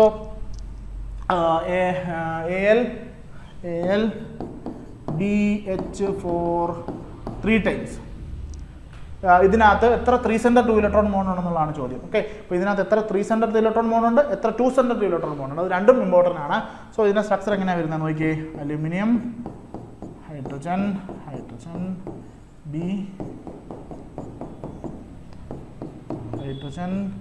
hydrogen B, then again hydrogen B. So ഇതാണ് ഇതിൻ്റെ എന്തെന്ന് പറയുന്നത്? സ്ട്രക്ചർ എന്ന് പറയാം. നോക്കിയേ, സോ ഇതാണ് AlBH4 3 ടൈംസിൻ്റെ സ്ട്രക്ചർ എന്ന് പറയുന്നത്. ഞാൻ കളർ ഒന്ന് മാറ്റാം. ഓക്കെ, നോക്കിയേ, എത്ര 3-center 2-electron ബോണ്ട് ഉണ്ടെന്നുള്ളതാണ് ചോദ്യം. ഏതാണ് നമ്മുടെ 3-center 3-electron ബോണ്ട്? ഇതാണ് നമ്മുടെ 3-center 3-electron ബോണ്ട്. നോക്കിയേ, 1, 2, 3, 4, 5, 6. എത്ര എണ്ണം ഉണ്ട്? 3-center 2-electron ബോണ്ട് എന്ന് പറയുന്നത് 6. ഇനി 2-center 2-electron ബോണ്ട് എത്ര എണ്ണം ഉണ്ട്? നോക്കിയേ, 1, 2, 3, 4, 5, 6. അതായത് 3-center 2-electron ബോണ്ട് 6 എണ്ണം, 2-center 2-electron ബോണ്ട് എത്ര എണ്ണമാണ്? 6 എണ്ണമാണ്. രണ്ടും ചോദിക്കാൻ ചിലപ്പം. സോ അതുകൊണ്ടാണ് ഞാൻ അതുകൂടെ പറഞ്ഞത്. സോ ഈ ഒരു കേസിൽ നമ്മുടെ ആൻസർ വരുന്നത് C, 6 എന്നുള്ളതായിരിക്കും ആൻസർ വരുന്നത്. ഇനി AlBH4 4 ടൈംസ് ആണെങ്കിലോ? 4 ടൈംസ് ആണെങ്കിലോ ഇതിനകത്ത് എത്ര 3-center 3-electron ബോണ്ടും എത്ര 2-center 2-electron ബോണ്ടും ഉണ്ടെന്ന് പറയാമോ? എനിക്ക് പറയാം, അത് 8 എണ്ണം ആയിരിക്കും. 2-center 2-electron ബോണ്ട് എത്ര എണ്ണം ആയിരിക്കും? 8 എണ്ണം ആയിരിക്കും. നോക്കിയേ, എങ്ങനെയാണ് വന്നത്? അലുമിനിയം ഇവിടെ ഉണ്ട്, ഇവിടെ ഒരു ഹൈഡ്രജൻ, ഇവിടെ ഒരു ഹൈഡ്രജൻ, ദെൻ BH2, ദെൻ ഇവിടെ ഒരു ഹൈഡ്രജൻ, ഇവിടെ ഒരു ഹൈഡ്രജൻ, BH2, ഇവിടെ ഒരു ഹൈഡ്രജൻ, ഇവിടെ ഒരു ഹൈഡ്രജൻ, BH2, ഇവിടെ ഒരു ഹൈഡ്രജൻ, ഇവിടെ ഒരു ഹൈഡ്രജൻ, BH2. നോക്കിയേ, സോ 1, 2, 3, 4, 5, 6, 7, 8. 8 3-center 2-electron ബോണ്ട് ഉണ്ട്. എത്ര 2-center 2-electron ബോണ്ട് ഉണ്ട്? 1, 2, 3, 4. 2 എണ്ണം വെച്ചുകൊണ്ട് 4 × 2 8. സോ ഈ ഒരു കേസിൽ aluminium BH4 4 ടൈംസിൻ്റെ കേസിലാണെങ്കിൽ 3 centre 2 electron mount 8 എണ്ണവും 2 സെൻറ്റർ 2 ഇലക്ട്രോൺ മൗണ്ട് 8 എണ്ണവും ആയിരിക്കും. ഇനി നമ്മുടെ ക്വസ്റ്റ്യനകത്ത് എന്താ അലുമിനിയം BH4 3 ടൈംസ്, ആ കേസിൽ 6ഉം 6ഉം വെച്ചാണുള്ളത്. സോ ആൻസർ വരുന്നത് സി. എന്താണ്? സി ആണ് അതിൻ്റെ ആൻസർ. ഓക്കെ, സോ ആ രീതിയിൽ ഓർത്തിരിക്കാനായിട്ട് ശ്രമിക്കുക.